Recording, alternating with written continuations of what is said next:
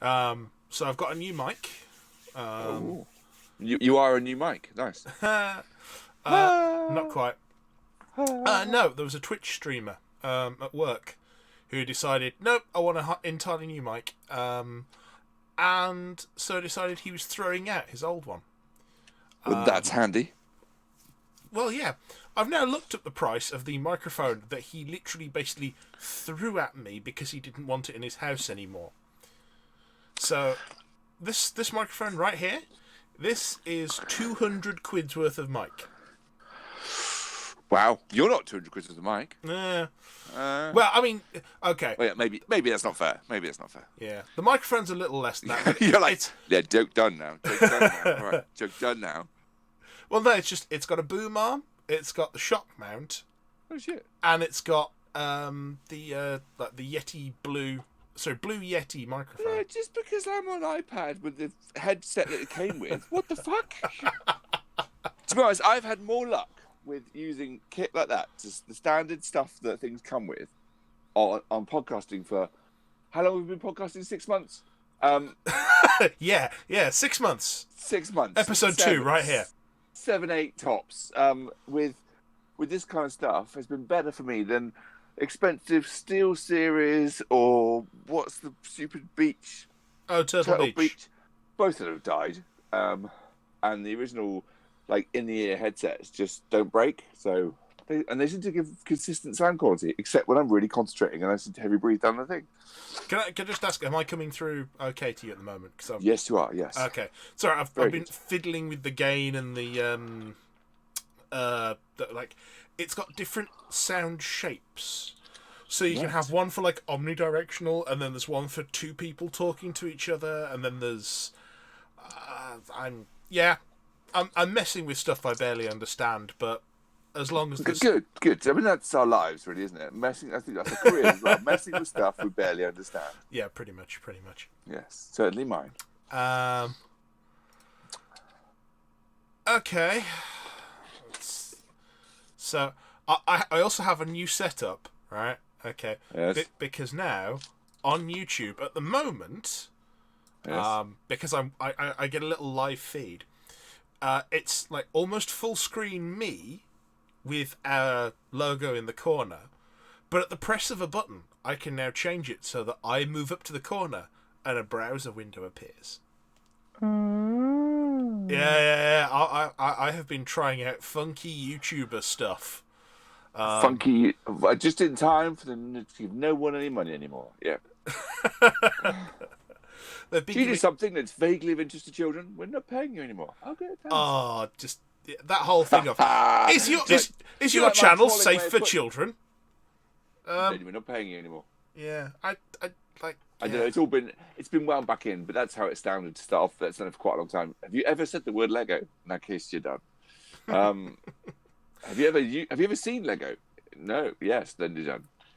Well, the whole thing is because they've been sued to hell and back by the FCC in the US, and part of the but it's about how they handle it. I think really more than anything else. But yeah, partially, and now they just need to ask if stuff's kid friendly every single time. Like, no, this podcast has like an explicit tag on iTunes, so why even bother asking me? It seems a little pointless if you ask me, but there we go.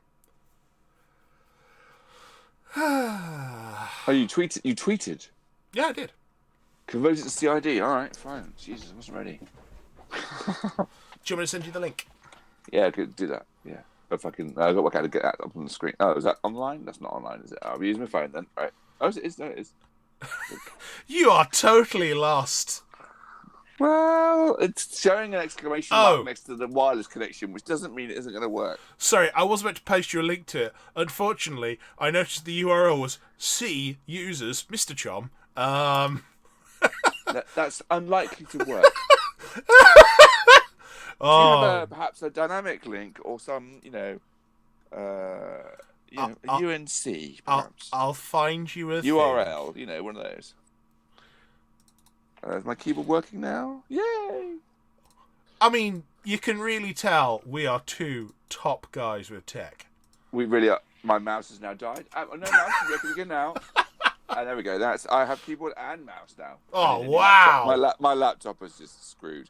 I nearly on I can't remember if it's Cyber Monday or Black Friday, nearly bought a ridiculously cheap laptop and went, this cannot be a good deal. Walk away from this horrendous mess. It's like there's no way this comes off good. Oh, what laptop were you looking at? Come on. Oh, it was a brand I'd never heard of. So in the end I was like, you know what?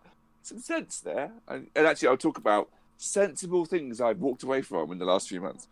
I was happy to do that in other business or whatever. I was Kickstarters that I have not backed. I was very close to putting down nearly 320 quid on a new hands-free monitor, like 1440p, 140. Yeah, because you need that.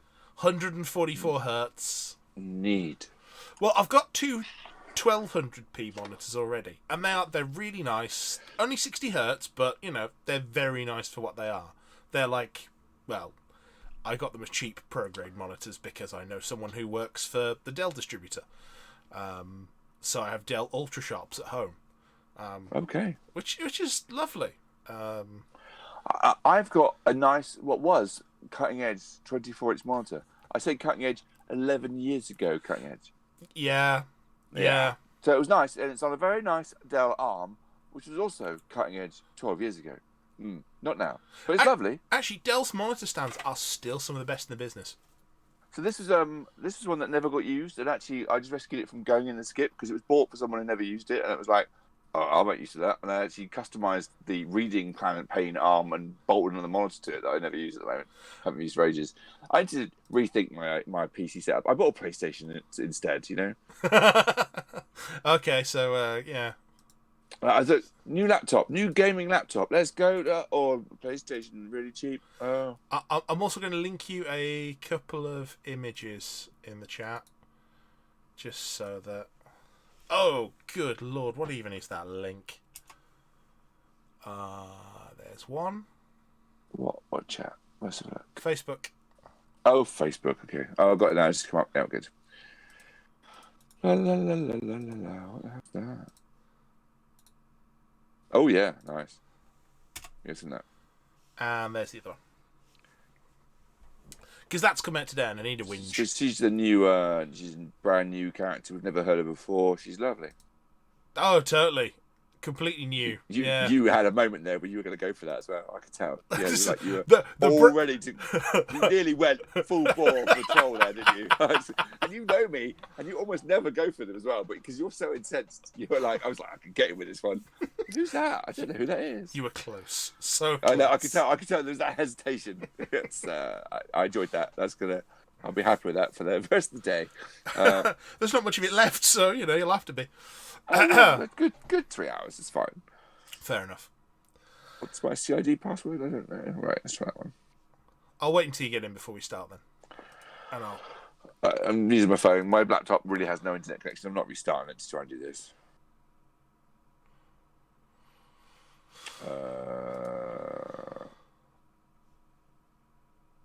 See, one of the things we've got at the moment is that the sign over on YouTube has Benji in the corner. I'm like, should just scrub that name out now. Probably fine. Actually, let's listen in and see if I can get my audio levels. See, one of the things we've got at the moment is that the I believe we have at least one listener over already. on YouTube. Oh yeah, that sounds fine. Good. I came through really quietly last time, and you came through like blazingly loud. Well, I'm using a different device, but in the same principle. It's my iPad Mini with this headset it came with. Yeah, it's actually slightly easier. You have used all of your 5 out of 5 login attempts. Oh, for fuck's sake! Do you want me to just save the file and send it to you? Because I clearly can't log into it today. Downloads, convergence. I'm not up to date. I know what's happening with it, but I'm not up to date. I don't know what's happened this week. What I mean is I've listened to Chain Attack. Can I just send you a goddamn file? Yes, please. Will not let you? No, I'm trying to work out how. Oh, hang on. No. Email it. Just email it. No, I can do it. It's fine.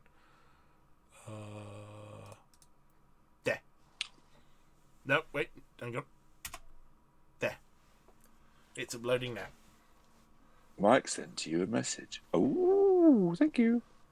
It's a bit small. Is it that small?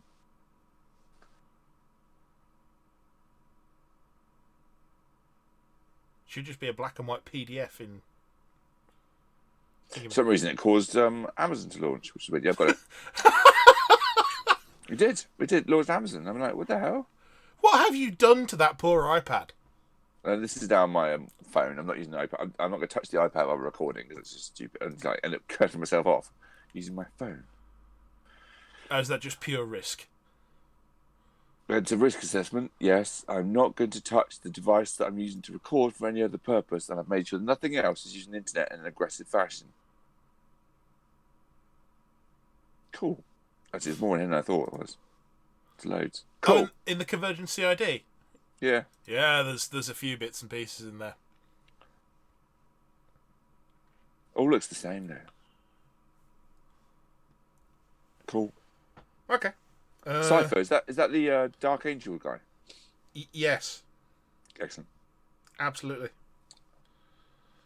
I mean, I can launch things. Spelled with a Y, actually, isn't he? Spelled with a Y, I think. Well, yes. Dark Angel. CYPHER. Yeah, he's the one who turns up every so often and then sods off again. Well, he leads the Fallen Brethren, whatever they're called, doesn't he? Yeah. Yeah.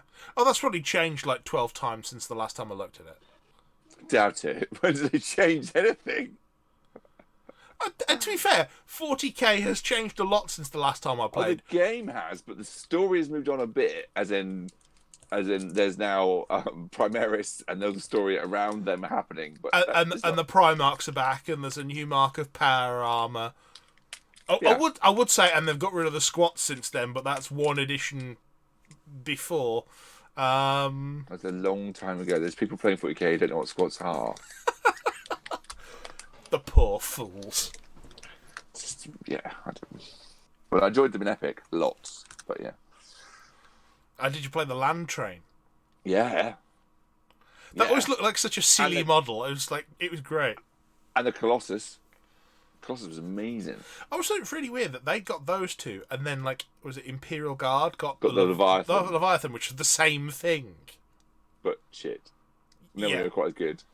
More expensive, more guns, nowhere near as good. And was never referenced again.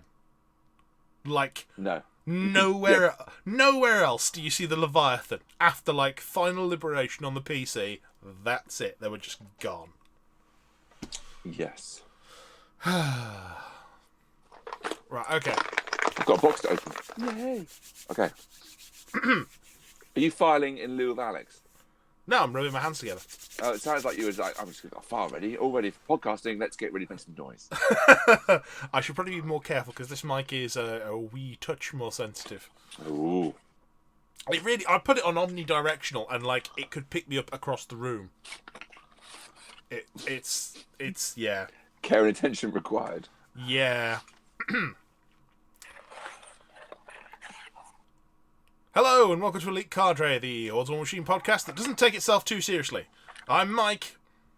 I'm Kurt. And that's all you're getting this week, frankly. I thought we were going to have a long silence there. Well, it was even if we did have a long silence, the editing process would remove it. Oh, yeah, good point. Oh, yeah. I use cheap tricks to make us sound interesting, frankly. Punchy. Punchy's the word, I believe, isn't it? Make it sound punchy. Yes, we'll go with that. Or something. Yeah. So it's been a little while since the last time we've recorded, for various reasons, largely YouTube deciding that they're going to kill one of their services that we use to actually podcast. So it definitely wasn't that we're lazy and got tired after doing 100 episodes and just couldn't be bothered. To be fair, we've taken enough breaks in our time that that's just par for the course, frankly. Yeah, and reasonable. Yeah. So we are now back. For anyone watching on YouTube, you should see a slightly new setup. Unfortunately, you're only going to see me for the video portion, but that's the breaks because I really can't be bothered with any more setup than this, frankly. It's very reasonable. Yes. So I mean, we've got multiple options of what we can go through on this. On now, I'll probably title this one "Just the Two of Us" again. There's been about Excellent. 4 of those so far. We can use the music again and not get sued ish. Yeah, no. No. So, I mean, we got the options. We have the Convergence CID. That's a fairly hefty chunk of stuff.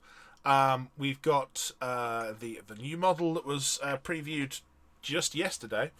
And we've got a couple of models that came out at Warfare Weekend, if you want to have a look at those, because at least one of them, 2 of them, are for factions you play, Kurt. Oh. Yeah, because we got Leadfoot and Treads, and also Boss McHorn. Actually, what does she play? Who does she work? She's Mercs, so is she? Yes, she works for all kinds of people. She also works for the Crucible. Yes, but as Mercs, just because she's a Merc. I mean, but yes, yes. Pedantic, I know, but yes, she does look cool. She looks very, very cool. It's hard to imagine her being used particularly, but she just awesome abilities and stuff. But yes, yeah. Cool. I mean, just for those not in the know, this is Sam McHorn of McHorn and the Devil Dogs, in a mech suit essentially. I mean, she's in a power loader. Yeah. 6 points with 4-inch melee attacks. During activation. Yeah, and 3 inches outside of activation. That's a kicker. That one is. Armor 17 with 10 boxes. Has dismantle.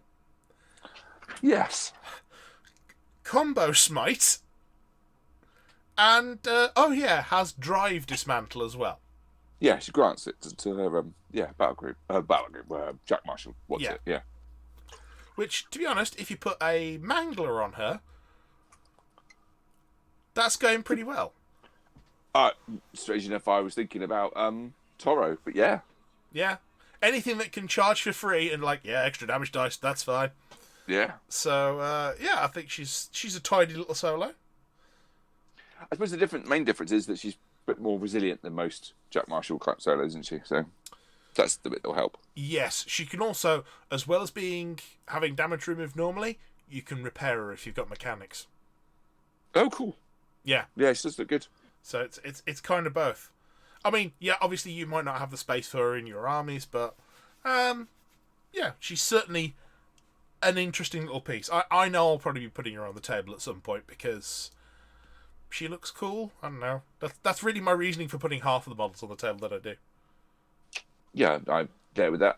Crucible Guard less so. Crucible Guard, I definitely got a bit more serious. In quotes, I should put serious. But Trolls has always been. Does it look good? Yeah. Yeah. Well, I mean, speaking of Trolls... and looking good. Yeah. Although, where are they? I can't find them. What, Leadfoot and Treads? Yeah. They're in War Room.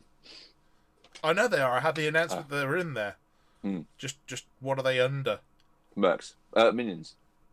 Oh, so they're actually minions rather than just pure minions, trolls. So the rationale seems to be that while they are partisan Trollbloods, they can't be used as free models. Therefore, you can add them as much as you like as your chosen models, but you have to add them as mercenaries, as minions in, because you can't be free models because they're 50 mil base models, so you can't put them in as free models. In any list. Okay. I'm just looking at the model now. So I love it. So trolls now have a tiny tank, which is you can say tiny, but that is impressive. It's a tank that fits on a 50 mil base. Yeah, all right. I mean, if I was thinking tank sized, I'd be like, yeah, that's a 120 mil. 50 mil. They're awesome. So yeah, it's got a range 10, power 14, AoE 3 gun. Yep. It's armor 18 with 12 boxes. It's got bulldoze. It's got point blank. It's got reposition. Yes. It's got effectively trash tow. Yeah. Yes. Well, the Leadfoot and Treads has tow. Yeah. Ride along. Yeah, it's ace. I've proxied them back 3 times now. Leadfoot and Treads and 2 pig tanks. I've proxied in 3 games now. and I love them. I just wanted to build. I just didn't want to go net decking. I wanted to sit and build a list that was around what I enjoy with trolls. Get step back to trolls. What do I want to enjoy? What will be fun? Grim One. Let's think about Grim One because I still love Grim One when he first came out all the way through. He's very much unchanged. You know, there's been minor changes, but they've just been around rules changes in general. So I was thinking, well, what really plays his strengths? Mountain King, the twin handgun troll unit, whose name escapes me, and smattering of solos, Boom Howler solo artists, and those 3 tanks, and obviously Krillstone and standard stuff. And I discovered that between Boom Howler and the and Leadfoot and Treads, you can get your caster to move another 4 inches over because you can reposition 3, I think it is, and they get 5 inches of extra movement on your caster. If you reposition in the movement, you can get Leadfoot and Treads to move him beforehand. Boom Howler can grant him his reposition. Grim went way up the table and positioned himself to feet covering Sloane in one particular game, and then I got the Mountain King to shout at her. But by the way, I do just have to say I do appreciate the fact that War Room for the pig tank art and for the Leadfoot and Treads art, the only difference is that the guy popping his head at the hatch has just been yes. erased on one of them. With the lid shut. Yeah, it's. I mean, that's the only difference. That's the only difference in the model, to be honest. You just don't put Leadfoot in; you just shut the lid. I think. Yeah. Well, it's the same for one of the battle engine casters for Crucible Guard, isn't it? Yeah. The cannon's slightly different as well. Oh, okay. Yeah. Okay. The cannons are different. You've got a bigger, bright because you got more options of different ammo. But yeah, it's casual glance. They're the same. However, giving trolls what is effectively 3, what will be Rat 7, Arcing Fire, POW 14s. Mark the target with a solo within Krill Company. Also, if one of those is one that's been knocked down, yeah, just what? I mean, bravo, but still, what?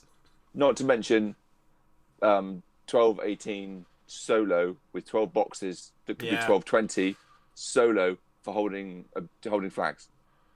That is a really nice piece for trolls.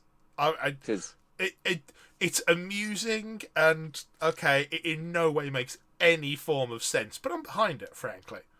I didn't follow what you said in the middle of there, but I agree. Yeah, makes sense. Well, no, there's nonsense. I proxied it with some Relic Knights models initially, and then I found some cool proxies online. Actually, raiding through Skylanders models, I found one that looks that was very kind of appropriate, and found they were really cheap online, so I bought a couple more and painted them up as proxies for the time being. Love it. It's really cool. I've pre-ordered Leadfoot and Treads himself, and then in time I'll pick up the others, I think, because it's great fun. Really good fun. Nice to get back into fun trolls. I know trolls are also supposed to get some kind of potential buff in the next update, but they're not quite sure exactly what yet. They're sort of trolls are getting a bit of love at the moment, which is pretty nice. Okay. Right, so we've done those. I'm just trying to think if there's previews of other things floating around. I was going to say, so there was also the Dunian Archon and Glyn Cormier that came out at the same time, but less of interest for the moment. I think Glyn Cormier, once the full Morrowind selection box is out, I think that's more for that time. There has been a preview. Moving on to another the things that I suggested. And for this, I'm also going to do fancy YouTubery at the same time. Oh, if it works. Oh, there we go. So anyone watching on YouTube will now see that there's an image of what I'm talking about. Yeah. So my God, what have we become? Yeah, I know, it's terrible. Ashdin 3 has been previewed, so we don't know much so far. It was just here's some models. Okay.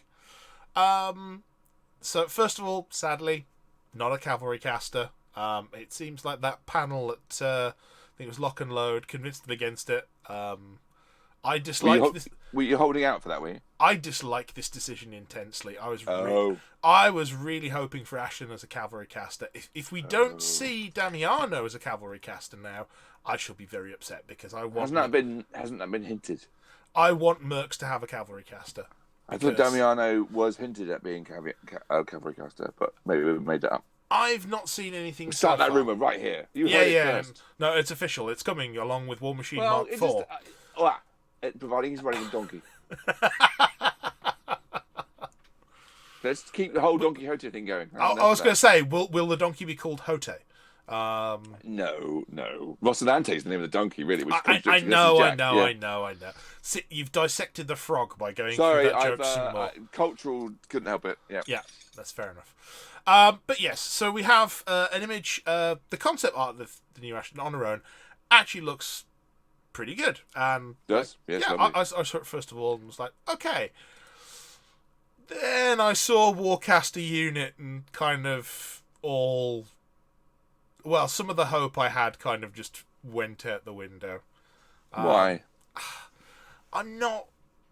I don't think Warcaster units are really that interesting. Well, Makita 3's rubbish, is she? There's one that I've found, no, and it's not that one actually, which is Haley 3. That was interesting. Well, okay, it was overbearing and overpowerful, but it was at least an interesting concept. You got Haley, present, past, and future. I actually really liked that one as a kind of, her whole time travel gig was going on. But the rest have been, let's get the caster and put 2 dudes with it. Okay, what the dude's going to be? Let's put 2 Doom Reavers. Let's put 2... is it Immortals that's with... Well, variants of Immortals that are with Makita? I think so. 2 Immortals and Makita. Yeah, something like that. Yeah. I think they're like variants of them. But, yes. I do quite like Hunter's Grim, though. I've yet to get the hang, despite how many years he's been out. I've never actually got... I love Grim Angus, the first one, as I've already said this evening. But Hunter's Grim, I've never got the hang of that unit. Never got to grips with it. But I like them. I like them a lot. And I like his sculpt. But that's about... They look cool. But you're right, I've never got the hang of them. It's about the same sort of thing. And to be honest, looking at the models, I'm probably going to do the same. I mean, I will inevitably end up playing this Ashlyn because Ashlyn is the caster that brought me to Mercs, so on and so forth. I'm probably going to replace all of these with other models. I don't particularly like them. I think they're just a bit too... Well, firstly, I think they're a bit too fussy, and secondly, they've given Ashlyn even more boob armor than last time, and it wasn't great then. Yeah, I thought they were going to do less of that. I thought they'd said they would do less of that. Well, I thought we'd seen evidence they were going to do less of that. Yeah, I mean, they've. She's not quite in full battle heels, from what I can see. There's a hint of it, but no, you're right. Yeah, I mean, the great sword, the whole thing of apparently that's her father's great sword, like that. Yeah. I actually like the sculpt on the face and the hair. That's great. It's almost a Soul Calibur level of sword, isn't it? I like that. It's meant to be a bastard sword, but I think they've gone a bit more than hand and a half with that.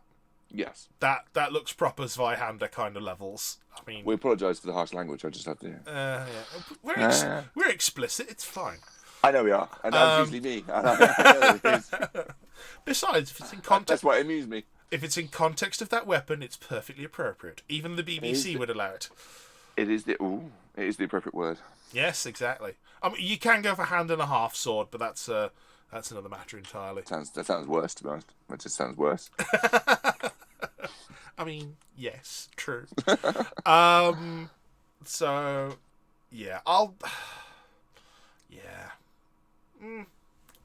So generally, your concern is primarily because because of the history of Warcaster units. Yes, and certainly my interactions with them. It could be that they come out with this and it is a stonkingly good unit that works really well together, and actually still feels like Ashlyn. Which, you know, I'm perfectly happy if they manage to do that. That'd be great. Just like, you know, the mild note of concern is ticking over at the back of the brain right now. So I would have been much happier with just that Ashlyn on her own, to be honest. So Yeah. there we go. Finally getting Ashlyn too, though. I mean, that's, you know, it's been quite a while. Yes, it has, and to be honest, it's only Merc's second to caster, I think. Magnus and no one else, yeah. Yeah. I mean, okay, they do have... So they do have access to some other what would have been epic casters in the form of, like, you know, Kane 3 and... Oh, yeah. Good point. There's one actually coming up in the CID that we'll get to see. But they don't count because the first version wasn't Merc's as well. So there you have it. I won't jump in with the spoiler. People have already seen it anyway, I'm sure, but yeah. Well, was it not? The CID closed on the 25th. We are right on the pulse. Yeah. Oh, absolutely. But we're looking at things with sort of, you know, we've taken... And also, we rarely actually talk about the CID at all, so... That is true, but I think this one was bonkers enough that I really had to. Because, like, some of the models, just moving on to it, are proper pants on head crazy. Like, why on earth did anyone think some of this was okay? Do you mean you haven't had dreams where your favourite warcaster ended up in a big 120mm sphere? Have you not read that Michael Crichton book? I like it. So, for reference, Kurt is talking about the fact that Nemo 4 has appeared, and he is a golf ball. I think it's quite a large golf ball and quite painful if thrown. He's a golf ball on a battle engine base, and there's allegedly logic behind it. To be honest, we knew he was probably going to go Convergence of Sirius or something close to it, or die, from a while back, because we know that the Squire is based on Convergence technology. Right. Hence why they've got the better version, and it was all Nemo's doing, and so on and so forth. I have to admit, I like the unusual direction that they're going in, and there's been quite a lot of feedback across the community in different forms and different ways. I just keeping things different, keeping things fresh, and doing things that are a bit unusual. Yeah, I like that. What I'm looking forward to, skipping ahead slightly, is what will come next year for Hordes. But we'll come back to that. I think let's circle around to that. Okay, fair enough. For the CID, I think if I skip sort of, you know, stuff that's previously existing, because that's not terribly interesting, unless you want me to go through it. Some stuff's sort of here to be included as just to be as part of the reporting. There's been some minor changes to a few bits and pieces, isn't there? So I think, but it's the Syntherian got a couple of tweaks to the wording, I think, around stuff like dual attack. Nothing major there from what I can work out. He's still, 27 points, 20 hitboxes. Mat 6, Rat 5. It's his basics and his spell list are pretty much intact. How much of a handle do you have on Convergence? Right. I'm going to go through. I mean, I've talked about this criticism. I'm not asking you to go through it. I'm just asking in general, because it's a faction that I've never got to grips with, never understood. So I understand the fluff, I understand who they are, but I never quite grasped the army. Or I played against it, played across the table from it, and gone, whatever, mate. I just don't know what any of it is. And I think Convergence suffer from a problem that was intentionally avoided for the first 8-9 years of War Machine and Hordes, which was, there was a lot of talk in the design process about the silhouette of things. Yes. You could tell, even if something was unpainted, as long as it was assembled, what something was across the table. And that was also sometimes the response to when you get a sculpt. So Sloane springs to mind. Sculpt for Sloane, you look at and you just think, why is she doing that stupid thing with a gun? It's because if she did anything else, the silhouette wouldn't be unique. Yeah. It's that kind of. So there's a lot of that throughout, especially Warcasters, but throughout the whole game. There were a couple of occasions where sculpts got a little bit close to each other, but there were ways to mitigate that, and it was usually okay enough as long as you pointed it out. And it was only a couple of cases.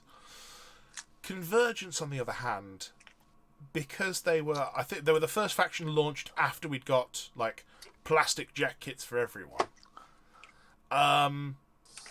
They seem to have a lot of jacks that share the same chassis. Well worded. Yes. I don't know. I can't correct you. This is the thing. I can't tell from seeing them across the table. I have to ask every single time. And what's this one again? What does that do? And what? Who's he married to? I don't. They've got the 2 medium base units that are the same body, and yes, again that happens for every other faction, but they seem to be a bit more differentiated. Samey. Well, this is the thing. Other factions are more differentiated, and Yes. as well as that, the ones for Convergence usually have multiple modes. So they can change between 2 things, as far as I remember. So it's always kind of hard to go, oh, that one's the defensive one and that one's the offensive one. There's a whole collection of Convergence that you just sit there and go, Whatever. that's their light troops, but I don't know what they do, because No, that's the Warjack. What? it's like the ones that you can pick apart. It's like, oh, those are the Clockwork Angels. That's Aurora. They've got unique. Yes. She stands out. Yeah. Yeah. I know. Even I know who she is. Yeah. Yeah, the Even before all this, she stood out. Yeah. the casters. I mean, okay, Locke stands out on her own.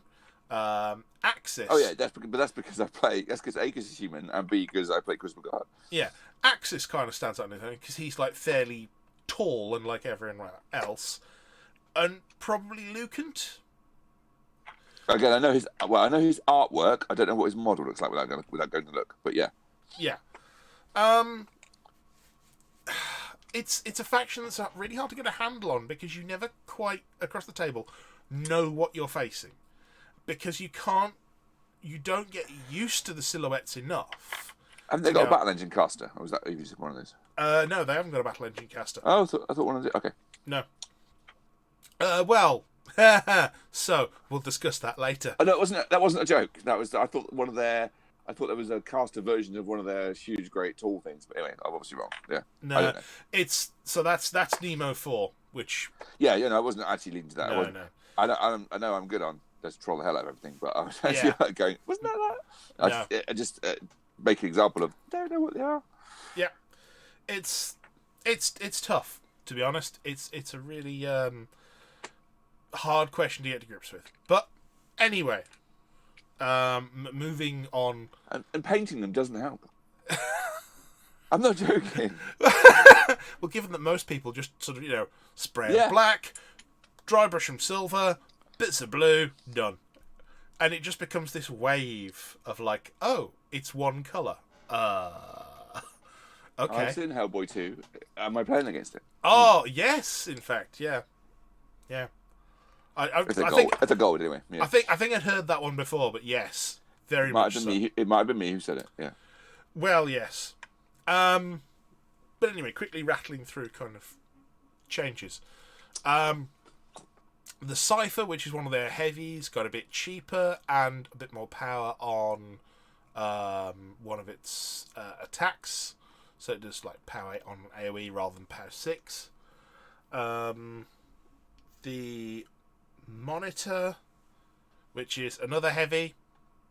One with legs, not a flying one. Seemed to gain... Oh, it's gained Ricochet rather than Crit Brutal. On its weapon. When this model directly hits an enemy model with an initial attack with this weapon, immediately after the attack is resolved, this model can make another ranged attack with this weapon, targeting another model within 4 inches of the model originally hit, ignoring LOS and range. That sounds familiar. So it's basically magic bullet, but you have to roll to hit. Well, basically, they've nicked Madric's axe and chucked it on a warjack. Oh yeah, that's got ricochet. Yeah, that's ricochet as well, isn't it? Yes, it's the same. Yeah, it's like the same wording. Yeah. Yeah. I think has the monitor got cheaper as well? Yeah, monitor's gone down to 14 points from 16 as well. That's quite a change. Yeah, that's pretty tasty. Prime Axiom. I mean, they are the saviors of mankind, apparently. So. Depending which version of the fluff you go forwards with. Prime Axiom hasn't changed in points, and I think there was a wording change on Launch Servitor. Okay. That was a fairly minor one as far as I recall. So that's pretty much there. Reciprocators, which is one of their medium base units, I think that went down in price. I am just going to skip over a lot of this. Sounds good. Yeah. Steel Soul Protector. Shiny metal guys. Shiny metal. Apologies to anybody who's listening who enjoys Convergence of Cirrus. I'm sure that they are going to save us all, and just don't get it. But anyway, I like them, and I have been tempted to invest time and effort occasionally, and then I just go, no, I can't. But they have gained a new solo by way of Riot Quest. The Destructotron 3000. Oh, he's awesome. And a great name. Great name. It's a fantastic name. So, 6-point solo with 8 boxes. Armor 17, Def 13. It's cavalry. With of course. Oh, isn't it obvious? With gunfighter. Reposition. It's got a soul. Stumbling drunk. Okay. And it's also a superconductor, so electrical damage rolls. Within 6 inches, get +2. Okay. Well, it's got to be ranged weapons. Attacks with ranged weapons. It's got an electro pummeler, which is range 10 power 12. 2 electro pummelers, which range 10 power 12, which do electrical damage. Yeah, that's nice synergy with itself. Yep. Nice. Which has Thunder Charge. A small or medium base model with immunity electricity hit by this attack is slammed D3 inches away from this model. So without immunity electricity. Yes. The power of the collateral damage is equal to the power of the weapon. Power 12 plus. But okay. Yeah. To attack roll, not damage roll. Okay. And if you don't, and if you're a large base model without immunity electricity, you're knocked down. So it's slams to medium and small, and knocked down on large. If you get 3 of them, do they do 3 Stooges routines? No. Also, it's a character. Oh, is it only a character in the? Oh, that I didn't realize. Yeah, it's FAC. So see. Yeah. So. Yeah. Then we start. I realized that. I was just thinking making the Johnny Five reference. Yeah. It's the whole on the CID, but it very much has a short circuit vibe going on. But I didn't realize it was a character that you could. Yeah, that makes sense. Though, as it was named. Yeah. And that would be quite bent. That would be quite bent if you could have 4 of them floating around, wouldn't it? Well, just knocking down everything. Yeah. No one needs this. No.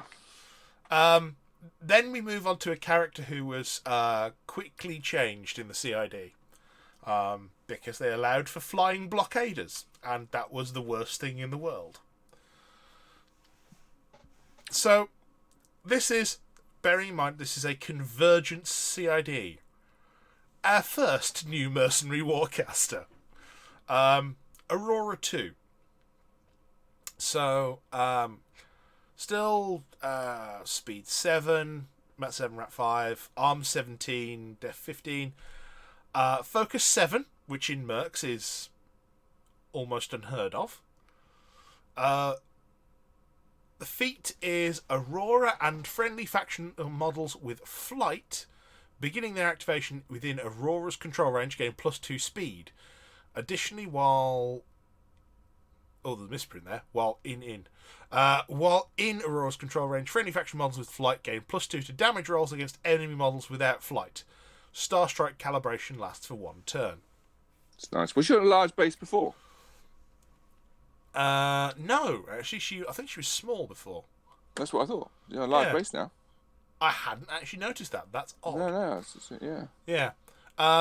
So she is partisan convergence because... That's a thing. Reasons, I guess. She's got flight. She's got 3, quote, battle plans. Quote battle plans. You sound bitter there. Well, they're called battle plans. They're called battle directives because they have to be differently named rules for some reason. Yes. So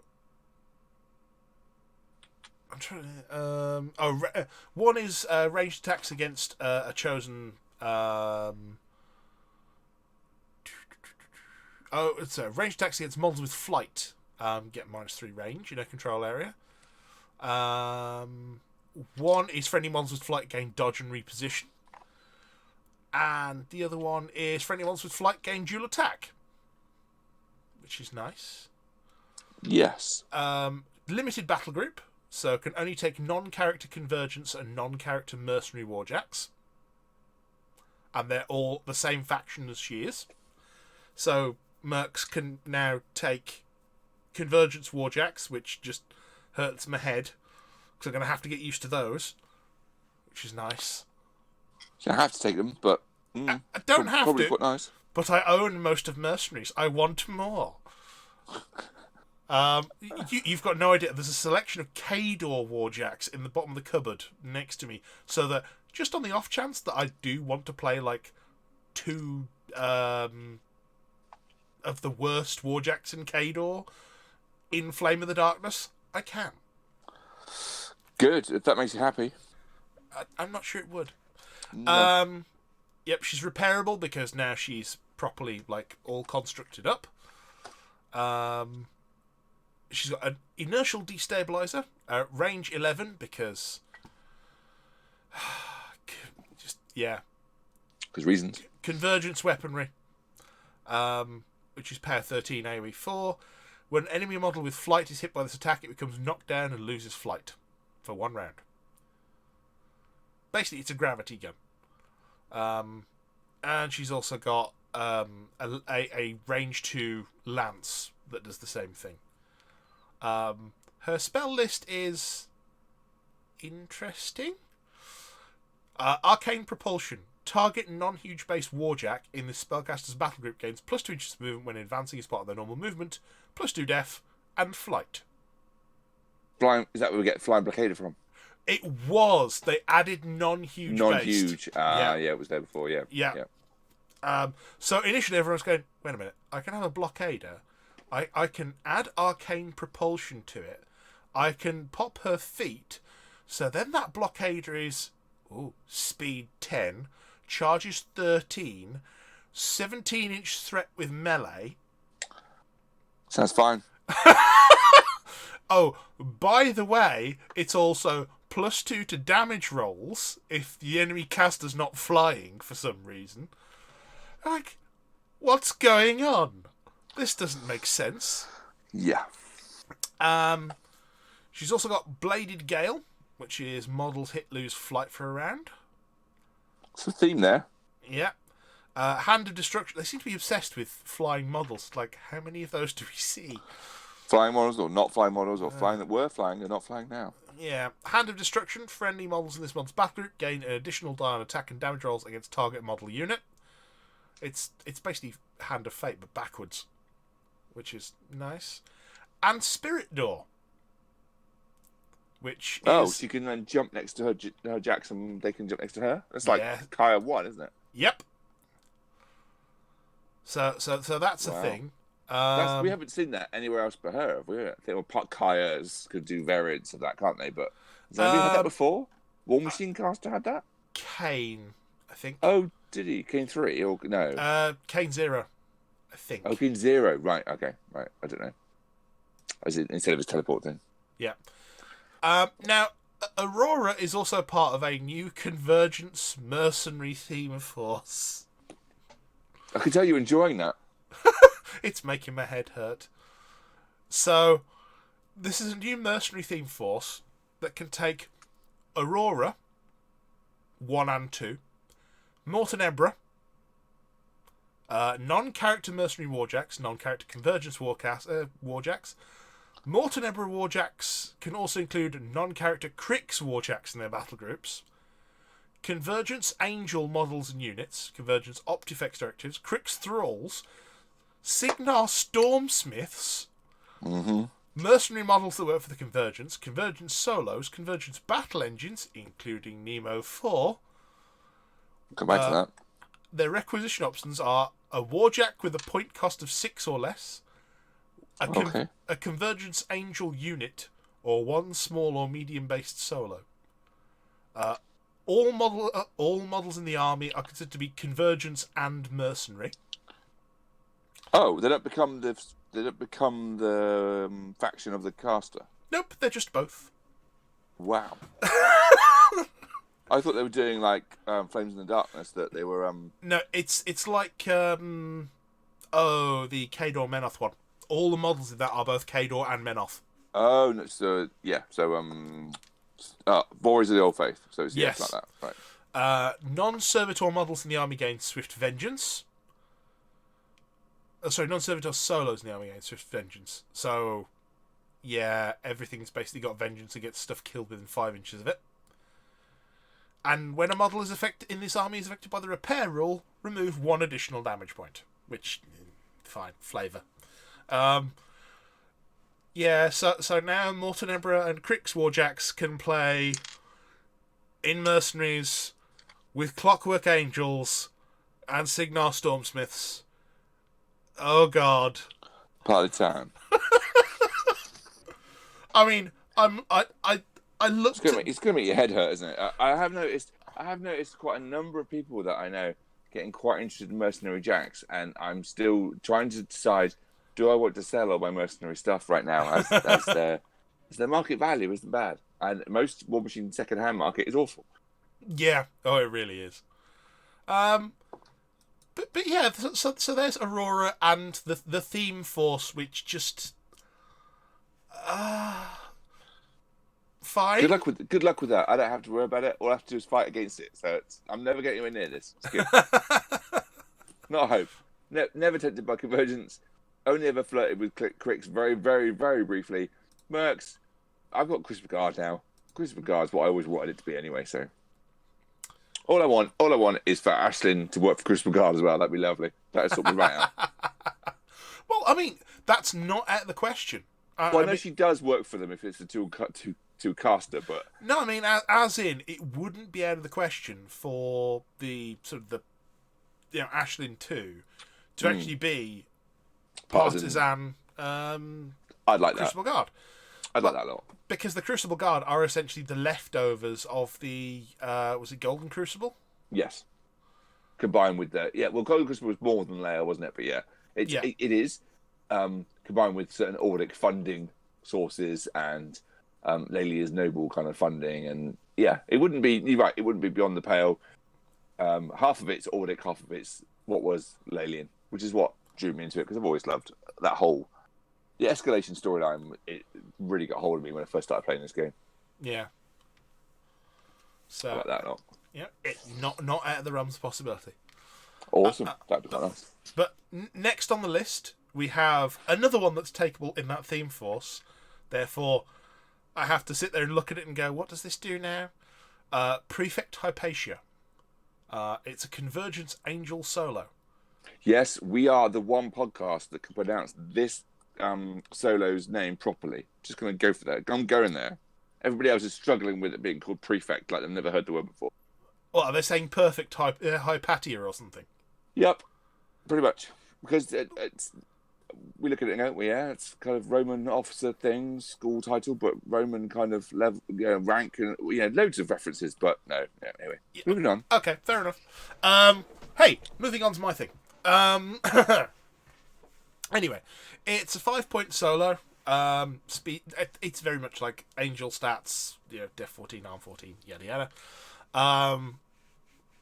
Advanced deployment, construct, flight, apparition. Okay. Blade shield. So it's effectively Def 16 against range. Wait, apparition is place another model. Okay, right. No, apparition is place this model. Oh, this model complete within 2 inches of its current. Oh, sorry, Yeah. I misread it. I was thinking that's what I expected it to say, and then I read it and read something else. Dogfighter, so it gains boosted attack and damage rolls against models with Stealing flight. rolls from Crucible Guard, yeah. Leadership of Angels, so friendly angels gain apparition. Okay, of course, yeah. Within 7 inches, just, wouldn't want to be too ridiculous. Quick Work and Soul Vessel. She's also got a range 10 gun that on critical hit knocks down enemies and pushes them away. And it's magical and it's electrical. And a Weapon Master Power 11, just because. That's For 5 points, probably free. Yeah, nice. That is a tidy little combat solo. It's not going to break the world, because it's Def 14 and 5 boxes in melee. Well, she'll be behind a unit of angels, helping them get better, and then she'll be ripping the hell out of something. She really needs to. Yeah, you're hoping she makes it to the late game and can just kind of go around, and I'm on a flag, and that'd be the aim, wouldn't it? Do you want to shoot me off the flag? Defense isn't as high as you think it might be, might it? But yeah, 14 is not bad, but they're the sort of unit you would think that she might be a bit higher, but yeah, I'm not complaining. Yeah. So it's pretty tidy. The Negation Angels. So apparently this is another angel unit. 6 points for 3 models. Def 14, Arm 12. Advanced deployment, construct, flight, blade shield. Okay. Gang, prowl, and soul vessel. What are the other angels called? Or is that catching you off guard? No, because I actually do have the units up here. There's another 3-man angel unit, isn't there? Yeah, the Clockwork Angels. Oh, is that what they're called? Okay, yeah. So Clockwork is negation. So the big difference there is that the Clockwork Angels have combined range and reposition rather than gang and prowl. So these are more melee oriented than the existing ones. Well, the existing ones also have brutal charge. So so it's not as simple as that. I thought it was the one was more melee than the other. One was more melee, but looking at them, I can't tell. They're just different, aren't they? Yeah, I think they just do different things. I think the Negation Angels are going to be interesting if you want to go in and try and take something down that's a little bit higher def, that you can then paralyze and just pummel with something else.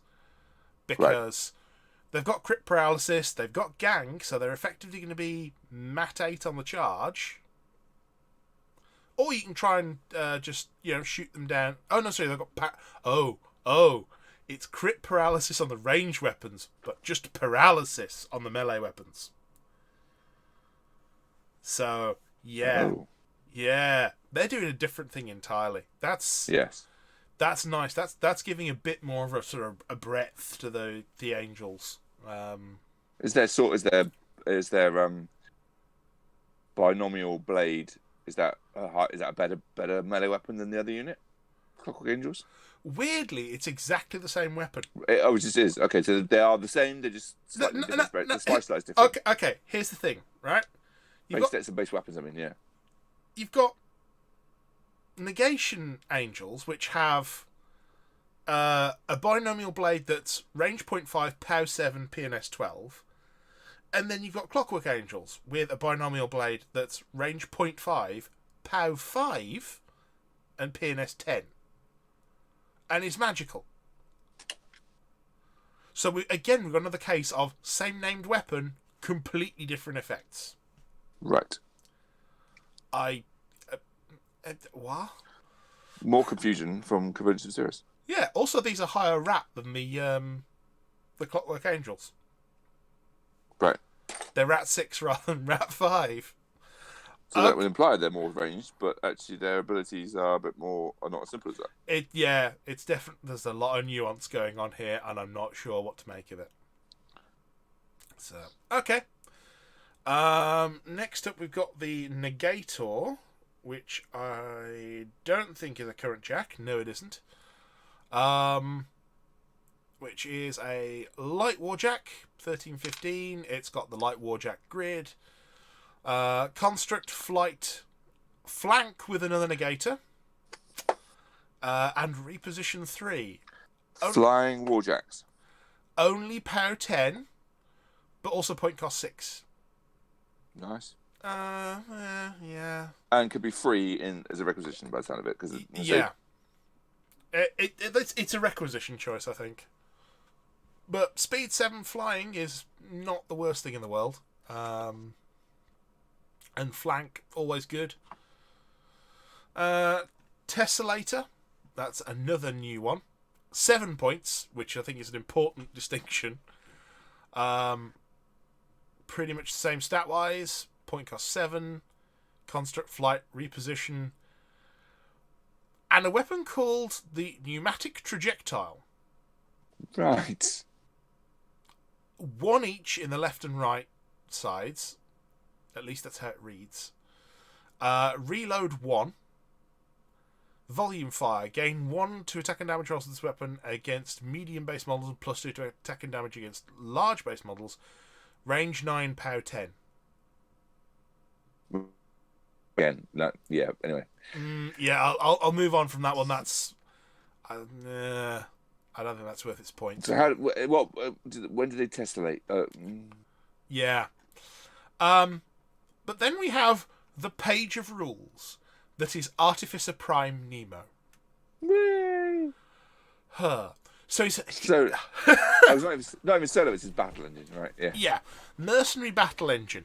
Again. That's misleading. Misleading. Mercenary. He has 20, Wait, you get a battle engine. Surely you're happy. 26 boxes. I've already got a battle engine. But I am very happy, but this is just bonkers. This one's going to be taller, though, isn't it, to be fair? Yeah. Yeah. No, not literally, but yeah. It's a height joke. Anyway, moving on. Yeah. Point cost 18. It'll work for the Convergence and Signar, and is partisan for both, because why not? Because Nemo. Construct, Immunity Electricity, Battle Group Controller, Limited Battle Group, so it can only take non-character Convergence, non-character Signar, and non-character Mercenary Warjacks, and Warjacks with Bond Nemo. Warjacks in its battle group are considered to be the same faction as this model. Which means, you remember that theme force that I was talking about? Actually, no, that might have changed. Yeah, Convergence I was... battle engines, yep. So that theme force I was talking about? Yes. Yeah? So, now, that can have Morton Ebra as the lead caster, enabling you to have Crix and Convergence. Oh. And then have Nemo in there as well, giving you access to both Signar and Mercenary Jacks at the same time. And the Thunderhead, if you want to. Does that have Bond Nemo? I thought it did, but does it still? Did it have it before ages ago and lose it? I don't know. Hold please while I have a look. It used to be his thing, didn't it? But I don't think it was ever bonded with him. No. Oh, was it not? No. Oh. It was just their Uber character they got in Apotheosis, and that was it. I don't think there is actually currently a bonded one for Nemo. Oh no, Dynamo. So you can play Dynamo with him. Right. Is that the character Firefly or something? Or? No, it's a heavy. So looks like a character. Oh God, what's the one with the spear? It's not the Hammersmith. Yeah, Rich Dean has. Centurion. Rich Dean has actually just messaged me, so it just came up over the jack at the time, going, "You're looking for Dynamo." Cheers, Rich. So yeah, so he can take. I did look at my Twitter DMs just then, just to see if he'd already messaged me as well. Oh, I've had some others, but I'm going to answer those at a different point. Yeah. So he's also got an ability called Opening the Gate. This model can use opening the gate once per game anytime during its activation. Immediately put a friendly, non-character faction solo without battle group controller with a point cost of 5 or less into play, placing it completely within 3 inches of this model. That solo must forfeit its combat action the turn it's put into play. Okay. So, I can summon... Non-character. Yeah, I can summon steelheads. For some reason. Solos. Not grunts. Yeah. Yeah. Friendly, non-character faction solo without battle group controller with a point cost of 5 or less. Well, almost all the Merc solos are character, aren't they? Yes. So in Mercs, you're basically summoning steelheads. But it says solos, not grunts. Yeah. I'll clarify. When I say that, I mean things like the Steelhead Arcanist. Oh, or Sniper, or whatever. Yeah, okay. So you basically just toddle around with Nemo and go, oh, I need an extra point of focus this turn. Or next turn. Yeah, I'll have an Arcanist. And all of a sudden you can just give out another point of focus next turn with your Arcanist. Nice. Or next turn I might need to repair one of my jacks. I'll just produce a Steelhead Ironhead. Oh, that's a nice one. Yeah, because that's sane. And yeah, although if it becomes Partisan, Convergence or Signar, that's an entirely different list of things you can summon. Because he's no longer a mercenary. Yeah, that's got fun written all over it. So it depends on what army he's joining, because of course he's not a caster, so it doesn't dictate the faction. Yep. So we also have shifting powers. So choose one of the following effects that start this model's activation. Fold space. Return D3 small or medium based friendly destroyed faction grunts to play. Models return with 1 unmarked damage box. Place return grunts completely within this model's command range of 8. In formation and completely within 3 inches of another model in their unit. Return grunts must forfeit their combat actions the turn they return to play. So the name of this makes me want to make Dune jokes, but I do feel they are the foray of a different podcast.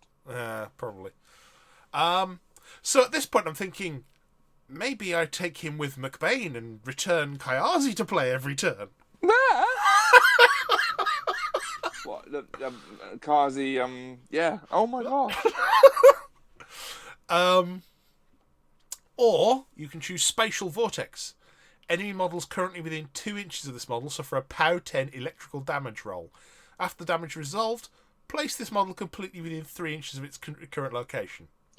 I think this needs some kind of subtext where you have to make a Dune quote, or you have to do the mumbling of the kind of and something like that. You just otherwise it's not fair. It's this model is.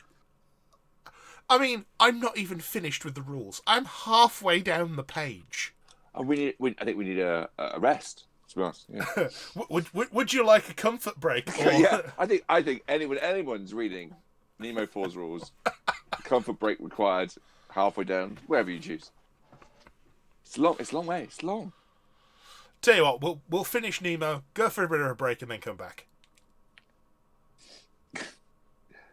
Yeah. Okay. Okay. Fair enough. So Nemo has weapons, because don't worry, there's actually more after this. Don't worry. He has weapons. 1 electrical strike, which is range 12, Roth 2, POW 13. That's not bad. That's not very convergence. Range 12. Yeah, I know. There was a range 10 earlier as well. Like what you do. Oh, I missed that. Okay. Enemy mod, and it's got Thunderbolt, so standard gun mage stuff. Yeah. So 2 chances to crit every turn for knockdowns. Why not? By the way, it's also focus 5 and has spells. So it's got Lightning Shroud. So target Warjack in the battle group gains +2 strength and immunity electricity. Oh, and its weapons gain Electro Leap. So that's pretty tasty. Also has Locomotion. So can spend up to 3 focus points. Target Warjack in the battle group immediately advances up to 1 inch for each focus point spent. Now, if you're listening as well, what you can do is you can combine this with the iron head that you put in last turn to effectively get an extra 5 inches of movement on a warjack. Just, nice and casual. And if it's knocked down, it doesn't matter because it's been power lifted to stand up as well. And it's also got Watcher. So once per turn, when an enemy model advances and ends its movement 6 inches of the spellcaster, you can choose a warjack in the spellcaster battle group that's in his control range. The warjack can immediately make a full advance towards the enemy model and then can make one basic melee or ranged attack targeting the model. The attack and damage rolls against that model are boosted. That's not very nice. Now, so far, so insane. And then you look at it and go, that's got to be quite expensive. Yes. You would, wouldn't you? Yes, that's very expensive. I mean, it's a battle engine. It's so if I told you the Hammerfall Siege Crawler was 18 points... Yeah, and I'm starting from the point of view that the Crucible Guard tank is 16 points. Yeah. You'd probably think it's probably, a bit more. It's got more game. It's got more game than it's defensively similar to them, and it's got more game than them. So surely more points. Yes, 18 points. It's just 18 points. He's gonna be popular, isn't he? Oh my god, he's going to be everywhere. Especially considering that you can play him in 3 different factions, and it's not even a caster. My mind, it's broken. Yeah. I mean, admittedly, he is not going to make your Convergence Warjacks sing. He is Mat 5 and Rat 6. Oh, because they use their stats, don't they? Of course, yeah. Yeah. So, but if you pick the ranged ones, and then you've got Watcher so that they're boosted hit and damage. Yeah. He can also make Signar Warjacks do silly things, and it's hard not to think about what it would do paired with Lock, and there's so many different kind of unusual permutations in there to actually kind of just so many.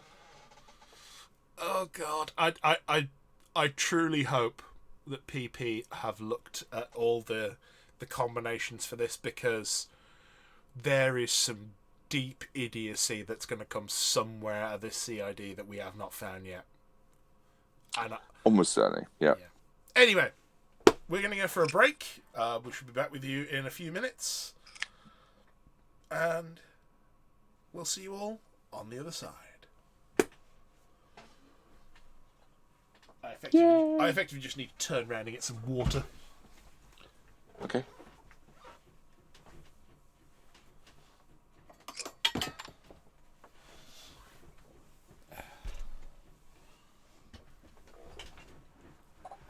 I mean, I could also have turned around and picked up this fine bottle of Monkey Shoulder, which is... Oh, I like monkeys. I haven't enjoyed that in ages. I haven't seen that in ages, actually. Where was I saw it in a bar recently, but I haven't seen a bottle of it in a supermarket for a while. I was at Sainsbury's and they were doing it for 20 quid. Oh, nice. Which, given online, it's like 27, 30 quid. I have been sipping a reasonably cheap Captain Morgan Spiced Gold. I don't really do spiced rum, but I do have an intensely cheap dark rum over in the corner. I like dark or spiced, to be honest. I think, yeah. I've discovered recently that I really like rum and coke. I don't know. I just like it as it is. What I find is I like whiskey. I like drinking whiskey neat. I'm finding that it is a generally cheap whiskey is bad whiskey. Cheap rum, not so much. So that it's quite a good, cheap kind of neat spirit to drink. It's quite nice. There are some inexpensive, decent whiskies, but not on the scale of cheap rum. Well, no, I've got a litre of Captain Morgan's Spiced Gold that was 17 quid for a litre. And you don't get whiskey that you want to drink for that price. I can get close. Let me have a look. Let me have a look. This will require possibly some finagling. You can hear frantic typing. It's all right. I'm building things at the same time. I can get you 700 ml of. Yeah. Ooh. Okay, I can do better. 700 ml. Yeah. Of bullet bourbon for for 18 quid. That's not bad. Although, anyone listening in, excuse me, if you're tempted to go for bullet bourbon, there's also a bullet 10-year. Don't buy it. Oh. Like, okay, so with Scottish whiskies, yes, if you age them, you lose some of the whiskey, so it's more expensive, but it generally improves the flavour. Well, you have to age a certain number of years to be legally Scottish whiskey, don't you? So yeah, 3 years, which is a shockingly short period of time. But yes. Yes. However, bourbon has to ages much faster because of the difference in climate. Because you get the heat and the cold going much more. The whiskey goes in and out of the wood much faster. So a 10-year bourbon doesn't work. Oh. Because you've already got everything you can get by about 4 or 5 years. Oh, so it's expensive, but you don't get any more benefits, you don't think? Well, it's 30 quid. Doesn't get smoother. No, it really doesn't. There is almost no difference between the bullet bourbon that's 3 years old and the bullet bourbon that's 10 years old. And if anything, I would say the bullet bourbon that's 10 years old is rougher. I haven't drunk bourbon in quite a number of years, to be honest, I think. I used to. I used to be a big fan of Jim Beam. I used to be like my bourbon, but then I kind of migrated into single malt Scotch, and I enjoy single malt whiskey. But and a nice blended Scottish. I'm not a snob, actually. I was, but I'm finding that there are some very, very good blends. Haven't been to Dewars, haven't been to Aberfeldy this year. Had a tour of the Dewars blending centre, and understanding what the difference is and why Dewars has a royal crest on it. It's like, oh, okay. I was going to say, I've got 2 very nice blends on the shelf right now. I have... well, you just mentioned Monkey Shoulder. Yeah, I have Monkey Shoulder, which is one of my favourites. It's very good. I'm there with that. It's reasonably cheap and very nice. The other blend that I have is Johnny Walker Double Black. Yeah, it's just nice. It's nice. I like my whiskey to fight a bit more. Do you know what I mean? Okay, yeah. I mean, I view Double Black as basically a cheap Clynleash.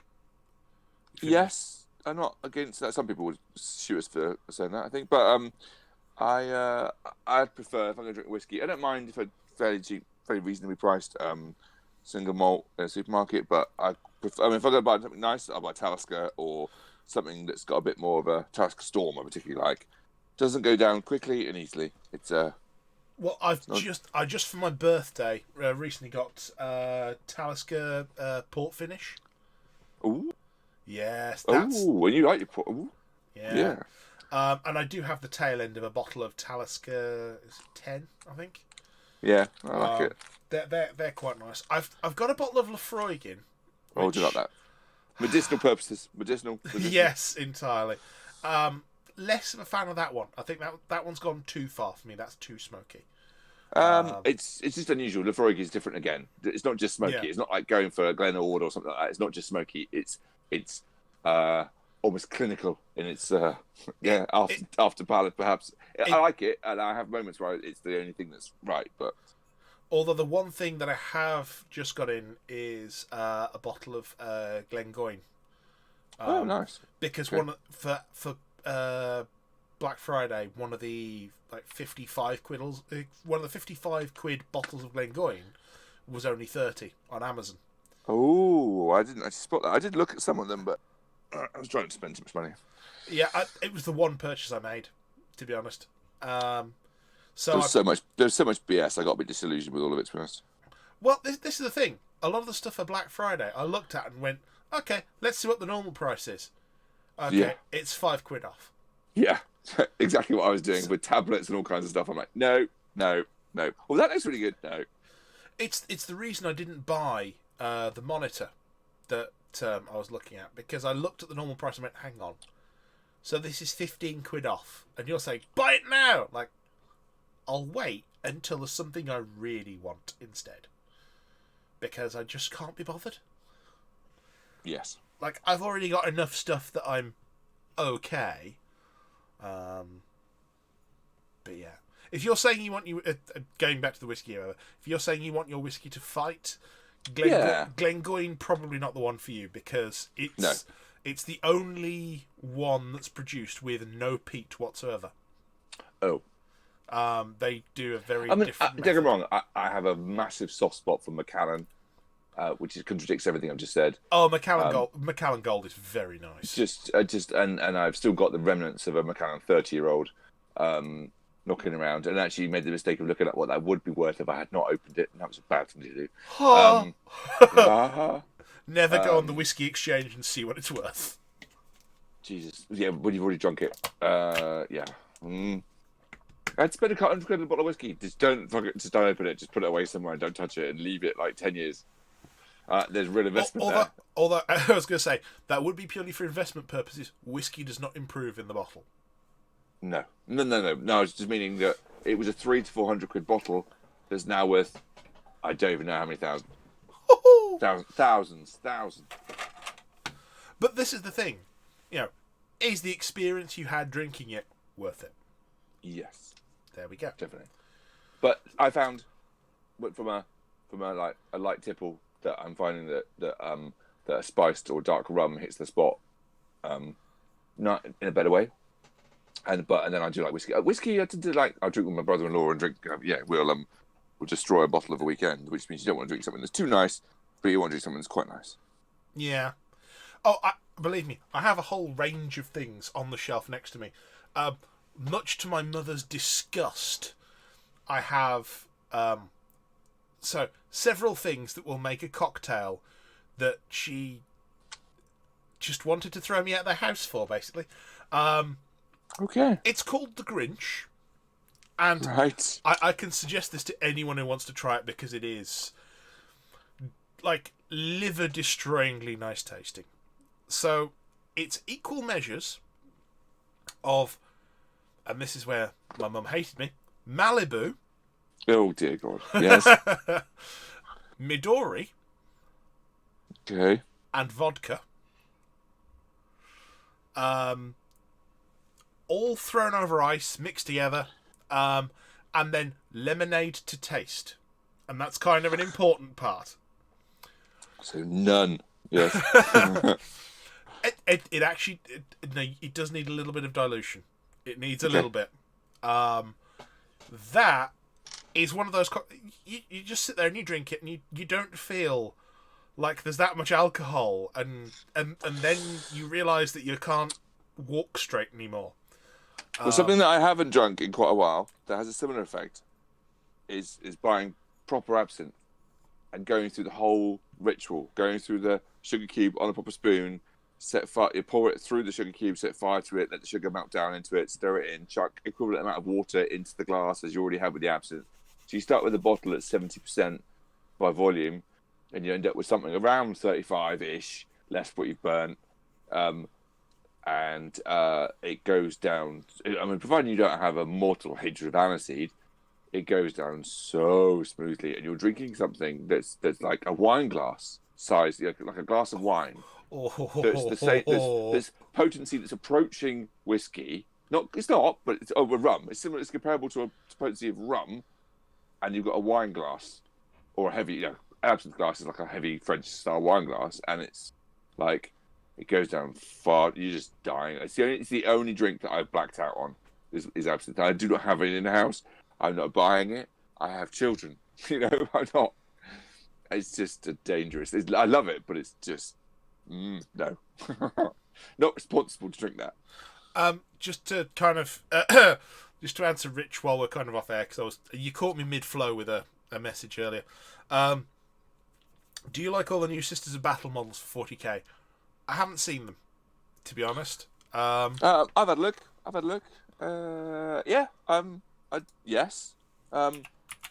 I kind of got off the ball by the time they actually turned up. It's been such a long time of, here they're coming, look over here. I don't know, but when they actually arrived, they're going, yeah, I'm kind of, yeah, they look nice. Now, I think this may have been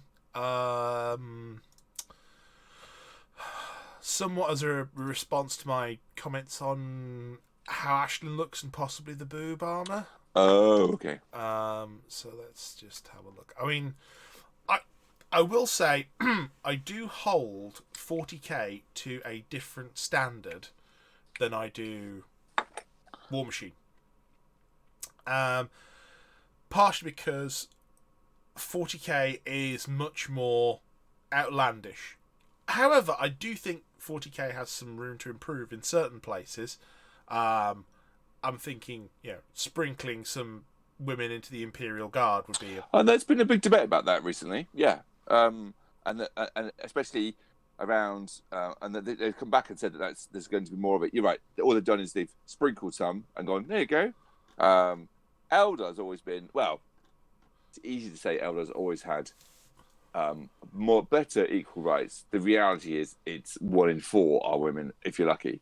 To be honest, the Eldar are a bit more androgynous anyway, a lot of the time. They are, but you've got whole squads that are just female, like the Banshees. Yeah. But then in contrast, Striking Scorpions, I think, are male, I think. But almost every other unit has a mixed, but it's not 50-50. Yeah. It's 3-to-1-ish across the board. Then again, even War Machine doesn't have, it has some female representation, but it's not. It's never going to get to 50-50. Well, I don't think it's going to get to 50-50. It tends to be characters, doesn't it? I mean, yeah. I know Kazi and stuff, but it tends to be characters that you get. Well, you do get the odd, weird one peppered elsewhere, precursors. There's just a random, couple of female models in every set of precursors, which I didn't realise until I was 90% of the way through painting them. That 2 of the precursors are slightly smaller. Is that new plastics, or was it always like that? No, they're metals. Okay, I mean, I own them and I painted them, and I didn't know that. Yep, there's at least 2 female models in every unit. You've got things like the Winter Guard leader. That's a woman. The Widowmaker leader. That's a woman as well. Although, interestingly, there's also debate on that. Because there are other people who think that the guy with the goggles on his head is the leader. Because you've got 2 guys looking down the sights. Right. One guy who's got the rifle kind of shouldered with got some goggles on the top of his head. And then you've got the woman with the eye patch. And it's interesting that you've kind of got this split of people going, that's the leader, versus, no, the one with the eye patch is the leader. I always assumed because the one with the eye patch was there and she looked far more badass than the rest of the unit, she was the leader. Does, yeah. Apparently not for everyone. So. Bizarre. But yeah. Having had a quick look at the Sisters of Battle that are on the GW site, they look very much like Sisters of Battle. Yes. Like I said, I hold them to a slightly different standard than PP because I don't know. They're GW. They're going for a very different aesthetic and they're going for a very different market. Looking at what I believe is the plastic set, which for 125 quid, there's not a lot in there. Welcome to modern wargaming. Yeah, I know. I would actually say it seems to be decent from the image they got on their site, which isn't particularly high res. Yeah. I mean, I was at one point really thinking, I'll go for Sisters of Battle. It'll be my route back into 40k. Oh, really? Yeah. My interest in them between the announcement and when it was released just... Oh, so very similar to what I said, yeah. It's just kind of... Just gone. Just took so long, and it's like, I'm bored now. Yeah. I mean, I have considered recently taking a look at Age of Sigmar. Sigmar. Yes. Oh God. Sigmar, not Oh Signar. God. The mental slip there. Yes. Age of Sigmar. And you said the announcement about old Warhammer having a bit of a I'm not. Warriors in the Old World kind of thing. I'm not as interested in that. No, I never was. Well, not never was. I had Dark Elf for years, but I never was as into fantasy as I was 40k. It's very much one of those things that I think once they killed it off, it's fine staying there. It's just... in the same sense that people still play 30k, people still play that. So I think they're looking to support it. Virtually any game that you kill is going to have an audience somewhere. Yeah. So, yeah, I mean, look how long Blood Bowl kept on going without an official release from GW. Oh, hell yeah. Mm.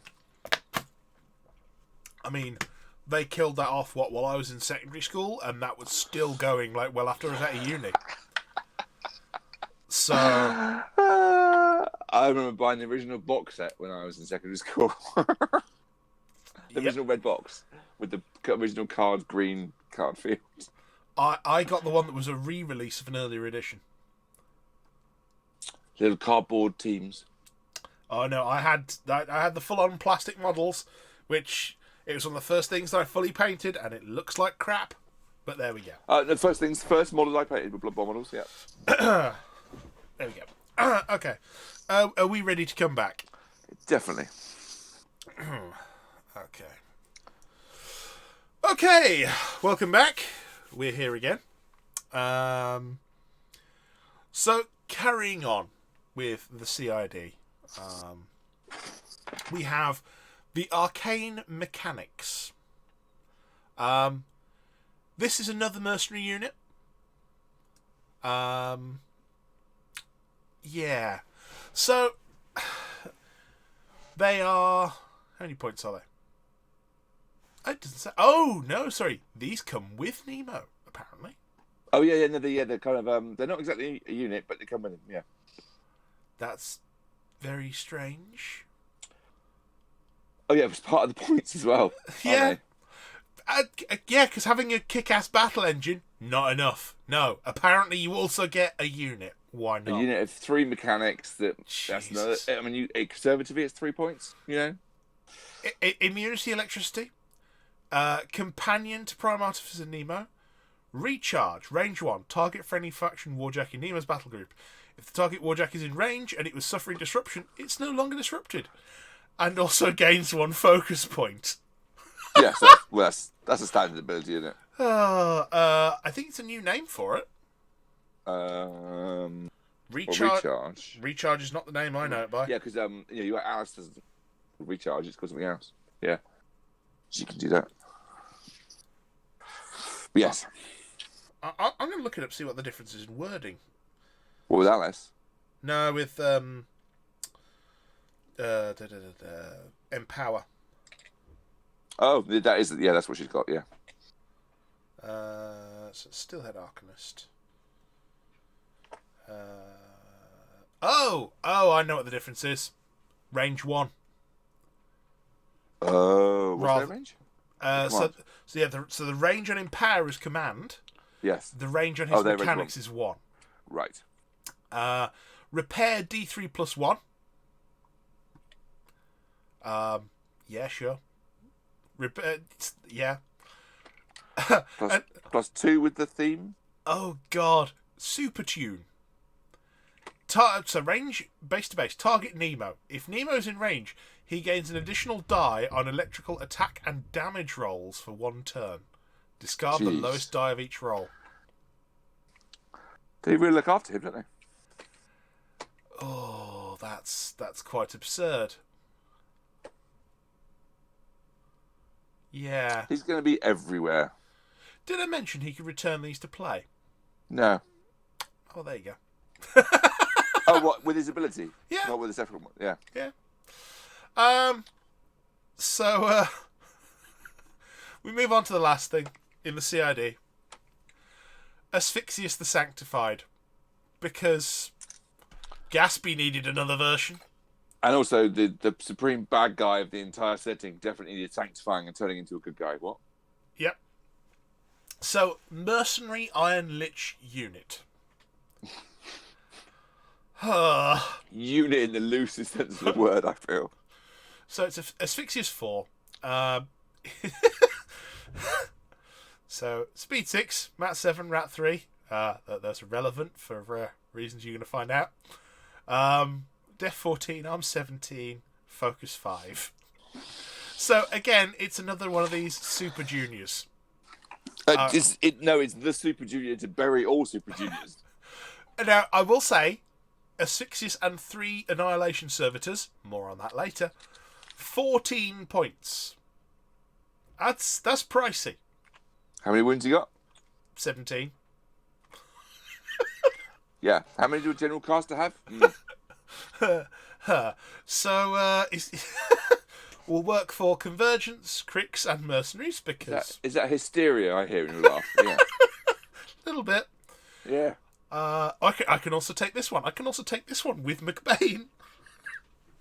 Yeah, I'll just feet on Asphyxious. He's fine. He can't die this turn. I'm looking forward to the varying paint jobs of him to make him fit into mercs or make him fit into the things. Just kind of. Oh, yeah. if you've seen the concept art for Asphyxious, that looks like a nice model.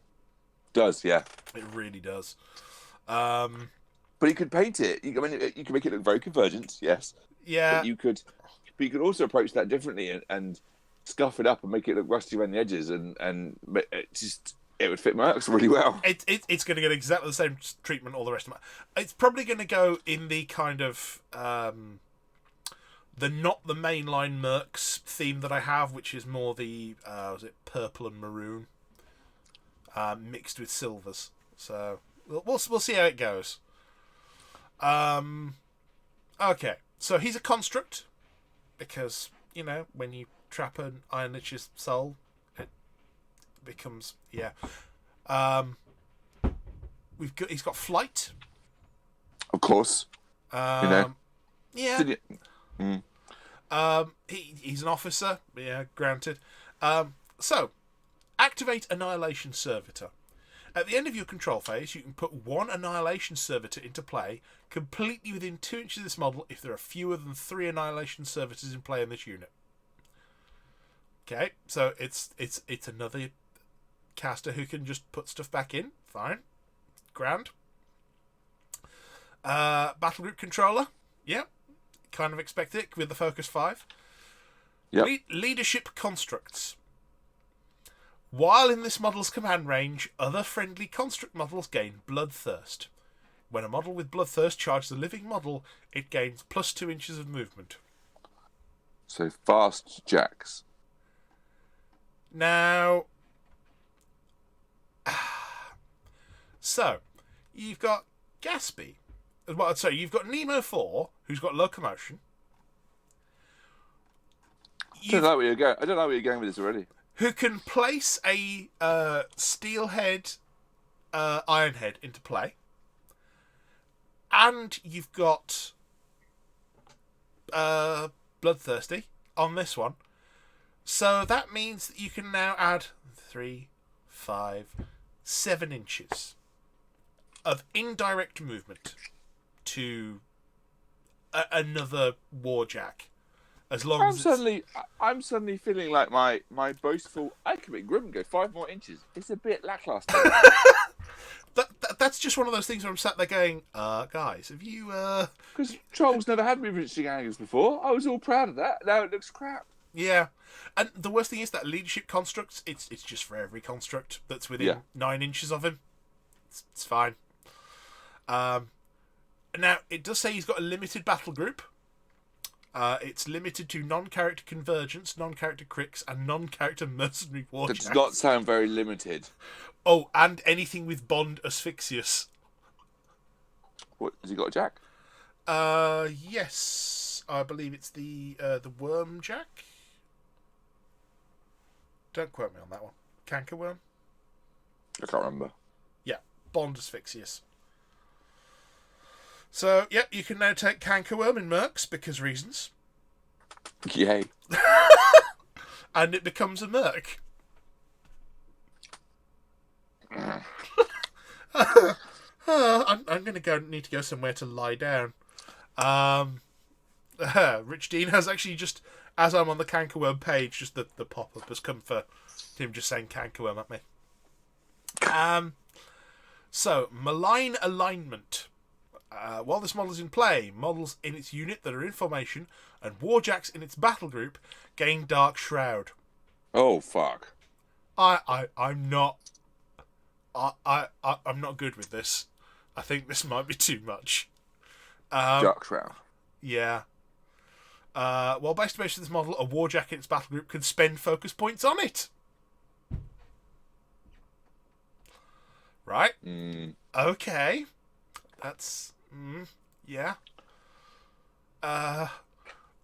Cull Soul, because Gatsby. So, it can gain soul tokens when a living enemy model is destroyed within 2 inches. This model gains the destroyed model's soul token. After this model replenishes focus during the next control phase, replace each soul token with a focus point.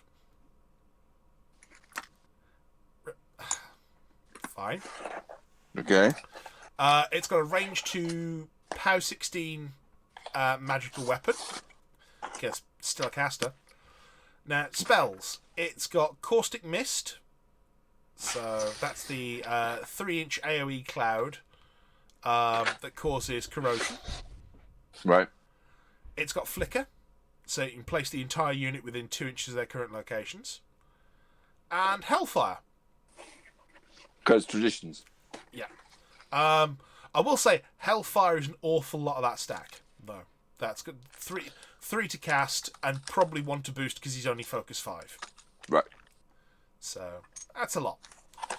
Now for the Annihilation Servitors. I'm not sympathetic though. Well, you say it's a lot of his stack. I don't think he's gonna. Yeah, if he's only got 5 focus, he's doing it wrong, isn't he? He's got to get real close to get Cull Soul going. Oh, okay. I mean, it's only 2 inches. Yeah. So. Then we have the Annihilation Servitors. So they are constructs with flight. Floating orbs of death. Dark Matrix. When this model destroys a living enemy model. Oh, I just read this. When this model destroys a living enemy model while in Asphyxious control range. Soul goes to Asphyxious. Asphyxious gains the soul. Yeah, I thought that was the way he got the souls more easily than that. Murderous. This model gains an additional die on melee attack rolls against warrior models. In case you weren't understanding that he gives it to them anyway, yeah. Just, I mean, they're only map 5, but boosted map 5, that's going to hit a lot of things. However, then you get to the weapon, and you start reading, and it sounds bad. And then you finish reading and go, oh no, that's good. So they are steady as well, just but they have because they float, don't they? So yeah. They have murder blades. So that's a good name. I like that name. Range 0.5, PNS 3. So you're thinking, okay, they're boosted against warrior models, but they won't kill much. In size or in size, I'm not sure.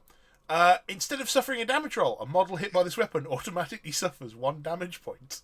In size sounds right. Sounds like as in the teeth. Yeah. Yeah, it's just. No. Oh, there we go. Apparently, I see. So, the tactical tip, it does actually say, replace the parent strength with a star similar to Arcadius's needle. So I'm guessing because this is automatically generated from a database. Oh, it has to put 3 in it, yeah. Yeah. So yeah. So it doesn't have a power strength, it just does one. It's a snipe all the time, just does 1 blade. Just as one. But it's combat, right? Yeah. So you got boosted map 5s, so they'll on average hit a 14. So it's got a shiv, basically. Yeah. Did I mention he's replacing these every turn as well? I think you did. Yes. Yeah. So this looks broken as shit. Don't find around it. Say what you think. I mean, Nemo looked pretty strong.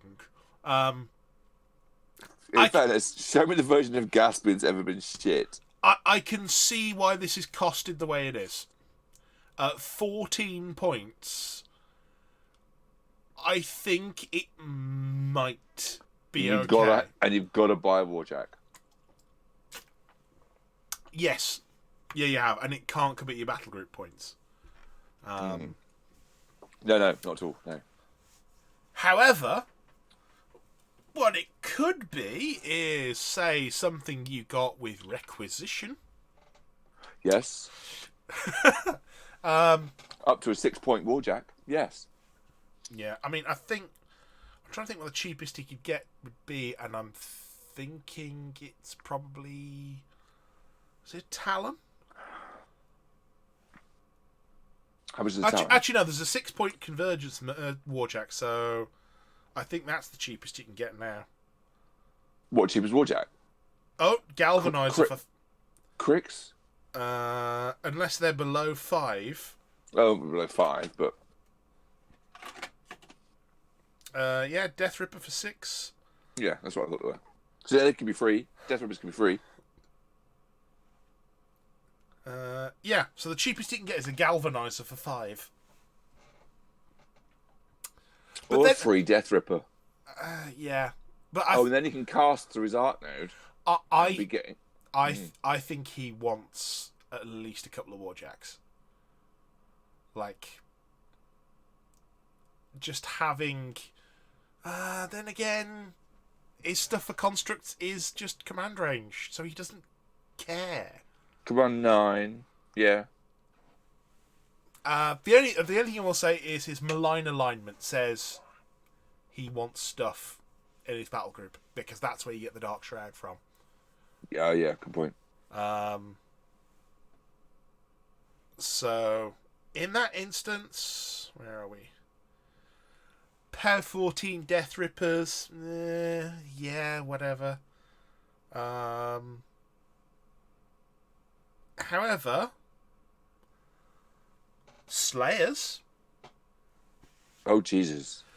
Power 18 Slayers, with a, let me think, Pow 24 combo strike. Oh, God, I don't want to think about 9 Slayers at a thing where you've got a junior running some of the Slayers, giving them Dark Shroud all the fucking time. Jesus Christ. I don't think you can fit that many. Jesus. I don't think you fit that many in, because Gatsby takes up some of the points. I didn't. You can't, no, because then you lose it. But that gives them a hell of a lot more potency. Because the problem with them is they're perlifisted, but you suddenly give them Dark Shroud if he's running 2 or 3 of those. Yeah. And to be honest, even if they're not the ones attacking, you run them in, and you run 2 on a Death Ripper or something, and run it in to be in melee, and then other things go in. The Dark Shroud is a bubble, isn't it? So if you're in melee with it, you get Dark Shroud minus 2 armor. Or actually, you just put a Talon on him. There you go. There's 7 points of reach, Jack. That's armor 18. I'm just going to stand here and give Dark Shroud on you. So when all the Talons sell out, I do have a Talon. It's prime black. I've never bothered painting it because I've never put it on the table. I think I might have used it to proxy a Lancer very early days. But yeah, I've never used it for anything else. Jesus, don't like any of that. It's just so many complicated permutations. Yeah, there's so much that could potentially just going to go on there, isn't there? Yeah. Or, I'm just saying you could do this. I'm not advising anyone does. You slap a blockader on him, which is 120 mil base, and is it Heideheim. Oh no! It's only during its activation that it's a 4-inch. For its melee range. I mean, it's still 2 outside of that, and that's like 2 inches off 120 mil is an awful lot of Dark Shroud. It is. And that makes that, what, Pow 24? Just a standard. See, I don't like that. Yeah, that's pretty nuts. Hound of Resurrection. No. I'm trying to think if there's anything else that's kind of... Yeah, you can get a Vanguard up to power I 16. think there's a lot of. Don't you stop that shit right there. Don't. I know Vanguards were generic mercenary jacks long before, but they're not now. They're mine. Jesus, no. That's all kinds of wrong. Ooh, actually, Rover. Everybody hates that, don't they? Rover with a power 19 battle axe and a power 15 shield. Also, shield guard for Gaspy. Yeah. That's not terrible. No. I mean, that's 28 points for the two of them. That's the difficulty. It's not just that it's 14. It's that you then got to stick some kind of jack on. I mean, it's a cheap one with acquisition if you want to go lean, but a couple of cheap heavies, a couple of slayers does sound quite attractive as well, to be honest. Yeah. Because then they're how cheap they are for what they can do. Ooh. I mean, that's a whole bubble of nightmare on the flank that you can't really ignore at all. Yeah. I mean, especially in modern steamroller where you've got to spread out. Yeah. Oh, just for a lot of the stick a couple of freebooters on him. Yeah. Because I mean, okay, power 16 clamps, fine, but if one of them knocks you down, that is a world of pain, my friend. They got trash, have they? Yeah. They've got chain attack, grab and smash, and trash. Trips off the tongue. So it's like, yeah, I've got 3 focus. I'll gain extra movement, walk in, hit you twice, headbutt you, and then I've still got another 2 while you're on the floor. That's again a little expensive, but yeah, but not very nice. There are things you can do with Asphyxious. I think his points cost may mitigate the worst ones, because that could get so bad so quickly. So yes. Oh, there you go. That is the CID.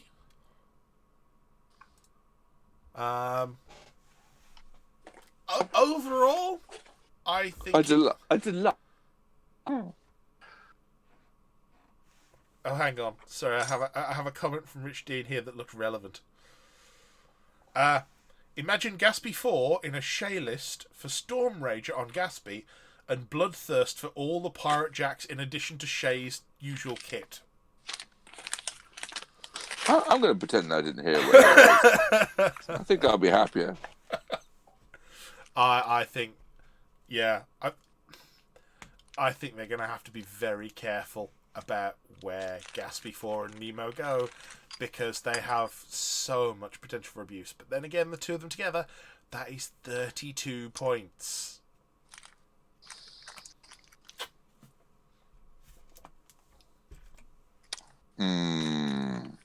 It's a lot. It is. It is. I have a lot. But it's a lot of, it's a lot to deal with. Yeah. I mean, these Strange Bedfellows and Warriors of the Old Faith, I do like these. I mean, they're complicated. They're more complicated for the person building the army in some respects. I mean, yes, you still got to understand how the interactions work when you walk up to the table, and it helps to have some kind of understanding at some level. But I am intrigued by the comments that Hungerford's made about what's coming to mirror this next year, because hordes have largely been excluded from this joyful playground.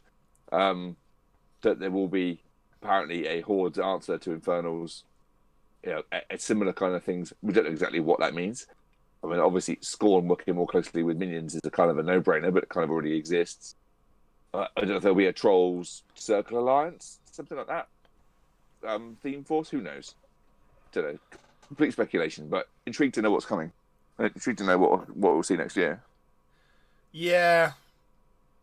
Yeah, I mean, Hordes does sometimes feel like the almost the unloved stepchild at times. Lately. I mean, it didn't used to, but yeah, lately. I think previously it's because beasts were hyper efficient compared to warjacks. Yeah, you could push them a lot harder. Yeah, and now they're still strong, But they're not that much further ahead, and they are expensive now. Yes, you can. I mean, it depends which ones you pick. Some are Fury 5, and therefore you take a Fury 5, especially the things like the gargantuans, that you can push that much further, and have the capacity to like bring down two heavies if you get it right. But yeah, it's. I was just intrigued. It's just because there is an overlap. There is a Doom Shaper circle kind of connection. There's also a Madrag Signar connection, so there's who knows what might come.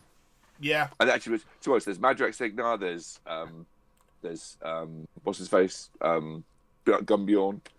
There's a few Signar connections in Trolls. Oh, get yourself some trenchers. Yeah, Trencher Trolls.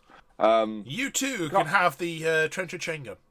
I know that they've connected Crix into Convergence, but I can't see how Legion will connect with anything else. But yeah, some intriguing kind of. It sort of poses a question that I'm kind of. We'll see what happens. Isn't there? I seem to remember from part of the fluff. There's a section of Legion that's kind of broken off separately from Everblight. Is that Vale? I can't remember who's leading that. I can't remember which part that is. No, I can't. I might be wrong. Yeah, I might have that wrong. So we'll see where that goes. Intriguing. Yes. Anyway, I believe it is time for any other business. So, Kurt, what are you up to? Been playing a lot of board games. Quite a lot of board games. Okay. Yeah. A bit of a binge lately. And been having a lot of fun with Root. Root's lovely. I really like Root. Looking forward to the second expansion, the Underworld moles and crows coming out. Yes, should get my copy looks like in it'll be January, I think. February, I think, is most likely. Okay. Well, I think if they've said if you just ordered the new expansion, you'll get it early January. If you've ordered anything else, you're looking at February, because they're prioritising the simplest parcels. Apparently, reading the latest update. Yeah. Because I managed to elbow my way onto the Kickstarter very late. Also, I've done heroic things with Kickstarter. I have stepped away from the latest Zombicide because I've already owned far too much Zombicide. There was another Dungeon Crawl Kickstarter that I backed and then went, you need more of this. Yeah, and then Corvus Belli did their Dungeon Crawl, the Infinity Dungeon Crawler, and I couldn't step away from it. I got fully sucked into that. So I've backed the Defiant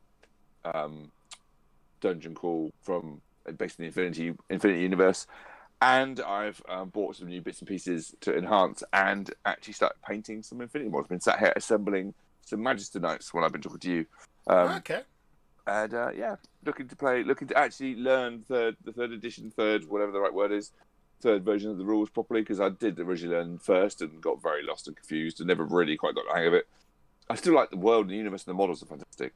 So playing that, but really more than anything else, board games. I think there's one thing that jumps out. There's something that I was kind of more surprised is a very silly bicycle racing game called Flamme Rouge that I'd recommend to a lot of people. It's just really good fun.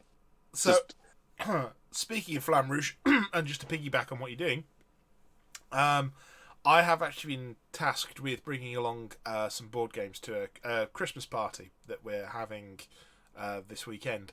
Flamme Rouge is actually on my list to take there. I've never played it before. I bought it from UK Games Expo. I've seen it being played and went, yes, this looks what I want from a board game.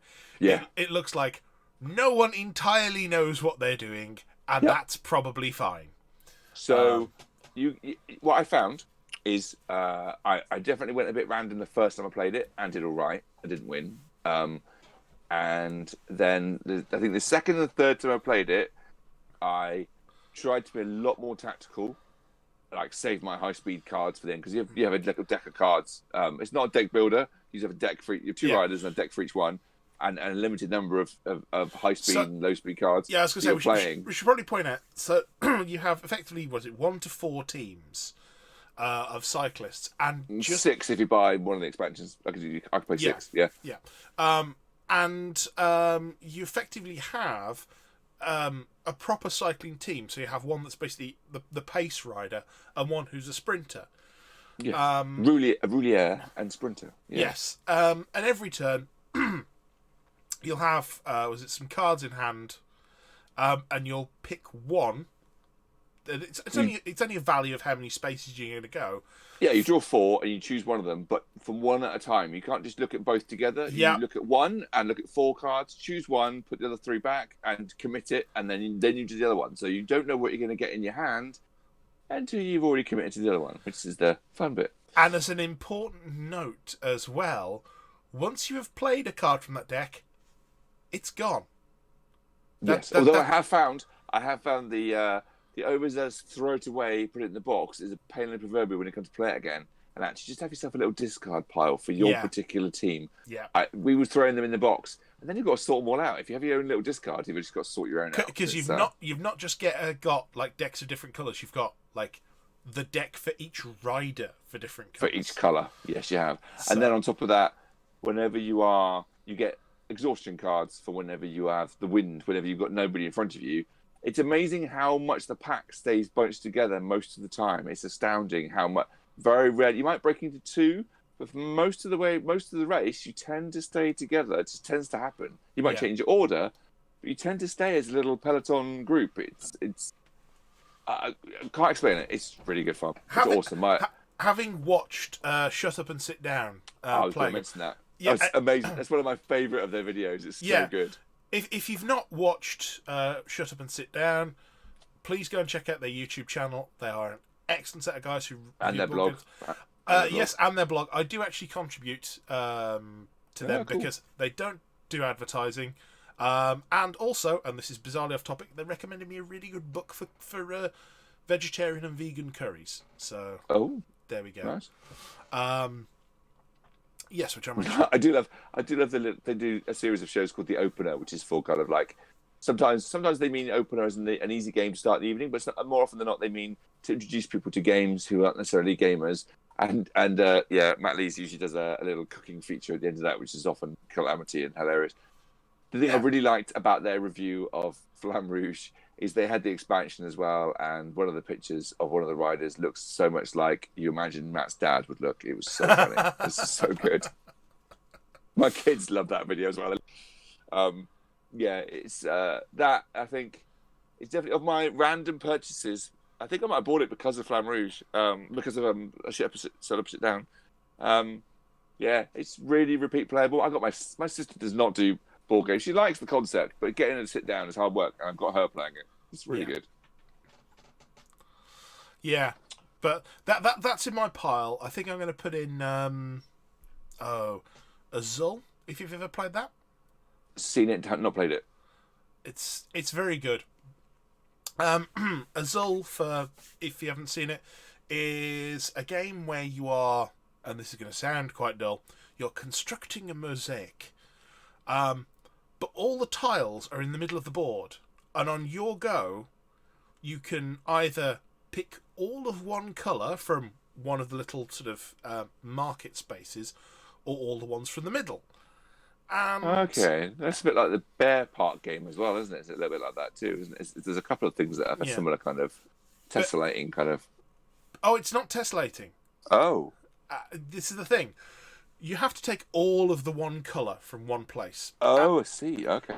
And your mosaic is a sort of it's a square, but you only need one tile to place something on the top row, 2 for the second, 3 for the third, 4 for the fourth, and 5 for the fifth.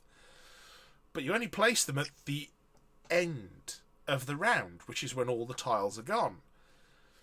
So if you want to fill in like the red square on the top row, and the only places that there are reds, they're in pairs. I'll pick the pair, but that second one falls off the wall down to the negative scoring track at the bottom.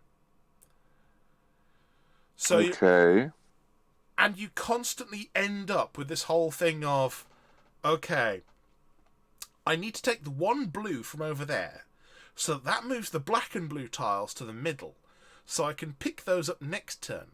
But the guy next to me needs 3 of those, so I can't do that this turn. I have to hope that he picks up the 2 from over there.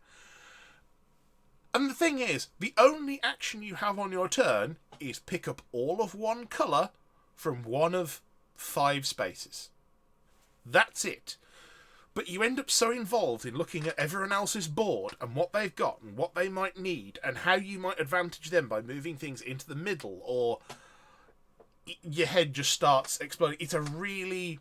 and the thing is, it's a fast and rules-like game. There is not much to it. Even the scoring is like, if the tile you place has like 2 tiles next to it on the row, score 3 points. If it's got 1 tile next to it vertically, you score 1 point for each tile. What's that called again? Azul, Azul. Yes, I've definitely seen the box and seen it, but no, I didn't. Okay, that's interesting. And the big thing with it as well, and this is something that actually Shut Up and Sit Down talk about a lot. It's how the game feels when you play it, because all the tiles they give you are like nicely polished, heavy tiles, and they go into a bag and they clack together, and it all feels very like pleasant and tactile. And that's something that I think some board game producers miss. Yeah, that's what appealed to me with something that I played at a game, UK Games Expo, and the almost poker chip style plastic cheap tokens. It's amazing how. I mean, you broke up a bit there, but having good board game components is a real big... I mean, for me, like the linen-backed cards, yes, those provide like that. It's like, oh, this feels like a quality game. Yeah. I'm trying to remember the name of the game. Splendor. Yeah, I've not played Splendor, but again, I've seen it. Yeah. So Splendor, yes, it has what look like little plastic discs, until you pick them up and realise that they've obviously put a weight in the middle. So as you're sat there with your pile of what are supposed to be gems, and they're all different coloured like poker chip things, you can properly like clack them together as you're kind of sat there with your pile of gems. It's a very underrated aspect of board gaming, just having good quality components. I think it always plays a part, but you're right. It's rarely rated. Yeah. Yeah. It's, that I've got into. My nephew turned up because he's very enthusiastic with it. His 11th birthday was Dinosaur Island. Okay, yes, you did talk about this recently. Did I? In the test broadcast that we did last week, that no one heard. It was a disastrous kind of test, sort of teach and learn, where he was trying to teach us without using the book. It transpired that the guy had been doing a lot of things for them, and he hadn't really grasped it as well as he thought. Oh. Since then, well, and also the thing that really tipped me over, like you gather these kind of genetic code and the pattern to build your dinosaurs, and then you go to build them in the park. And because it was a Kickstarter originally, all the dinosaurs in the retail box are pink Triceratops. That's all there is, plastic pink Triceratops to represent any given dinosaur. So I was a bit disappointed by that, and immediately went to eBay and Googling and going, how do we get these dinosaurs? I want better dinosaurs than this, thinking Christmas and stuff and for him. And then found somebody on Etsy making a complete set of, I think, 3D print for the original game and the extras for not a great deal of money considering how many dinosaurs are involved. So yeah, I might have bought the game in 2 sets. It just looks, because to have blue Brontosaurus and mixed in amongst it all and everything, lots of multicolored little plastic dinosaurs would just make that game. And then I did a very silly thing at the same time, is I put the words root into Etsy. I don't advise doing that, by the way. Root, which is a fantastic asymmetric woodland creature, fierce, ruthless battle game that Shut Up and Sit Down didn't like, but I love. There's 3D versions of all the tokens. Oh my god. Whoops. But anyway. Yeah. Should we call it the end of your any other business, or are you? Yes. No, I'm okay. happy with that. Yeah. For myself, although I've talked partially about the fact that I need to get some board games together. So yeah, probably Azul, Flamme Rouge, maybe Istanbul. That might be a bit rules heavy. And what was the other one? Ticket to Ride. I don't. This is the weird thing. I don't own Ticket to Ride. No, I don't either. To be honest, I've played it, but I don't own it because every one of my friends owns it. I have never bought a copy. So. Yeah, same. Mm. I might pick up like Splendor or something as well, because that's fairly simple. But yes, on top of that, I finally got round to starting to dig through some of my mini crate stuff, because I want to take some models home to paint for Christmas. So I've grabbed the Ice Queen Lanissa. Oh, nice. The one that is clearly Elsa, but for copyright reasons, not. And also the Plaid Piper. And because she was in the same blister, what's her name? De Wolf in Sheep's Clothing. I thought you might say that. Yeah. Yeah. I'll probably take home Fiona as well, and just kind of. I have signed up for the next 6 months, starting now. Yeah, I'm going to get charged for the next lot fairly soon to keep up with that bonus model stuff. So, but also, if you sign up now, you get two disco transfer dancers. The transfer dancers. But they're shipping two. They're shipping two at the moment for Christmas. Yeah, so I'm like transfer dancers. Yes, please. I have a rolling subscription anyway, so it'll come up when it comes up. Yeah, so there's that. Other hobby-wise, we've actually managed to finally reinvigorate my local X-Wing group, because it's been sleeping for quite a while. Oh, cool. People were busy, and children happened to at least one person, but yes, we had like 8 players again this week, and yeah, I suddenly realised, I need to up my game with lists again. And I'm looking at the app going, oh god, it's been so long since I've built something, help. Because, yeah, after my stuff got nicked, I kind of kept the same lists for a long while. I need to make changes now. Yeah, I haven't really had much of it. I've still got all my... I haven't refreshed and brought myself up to date.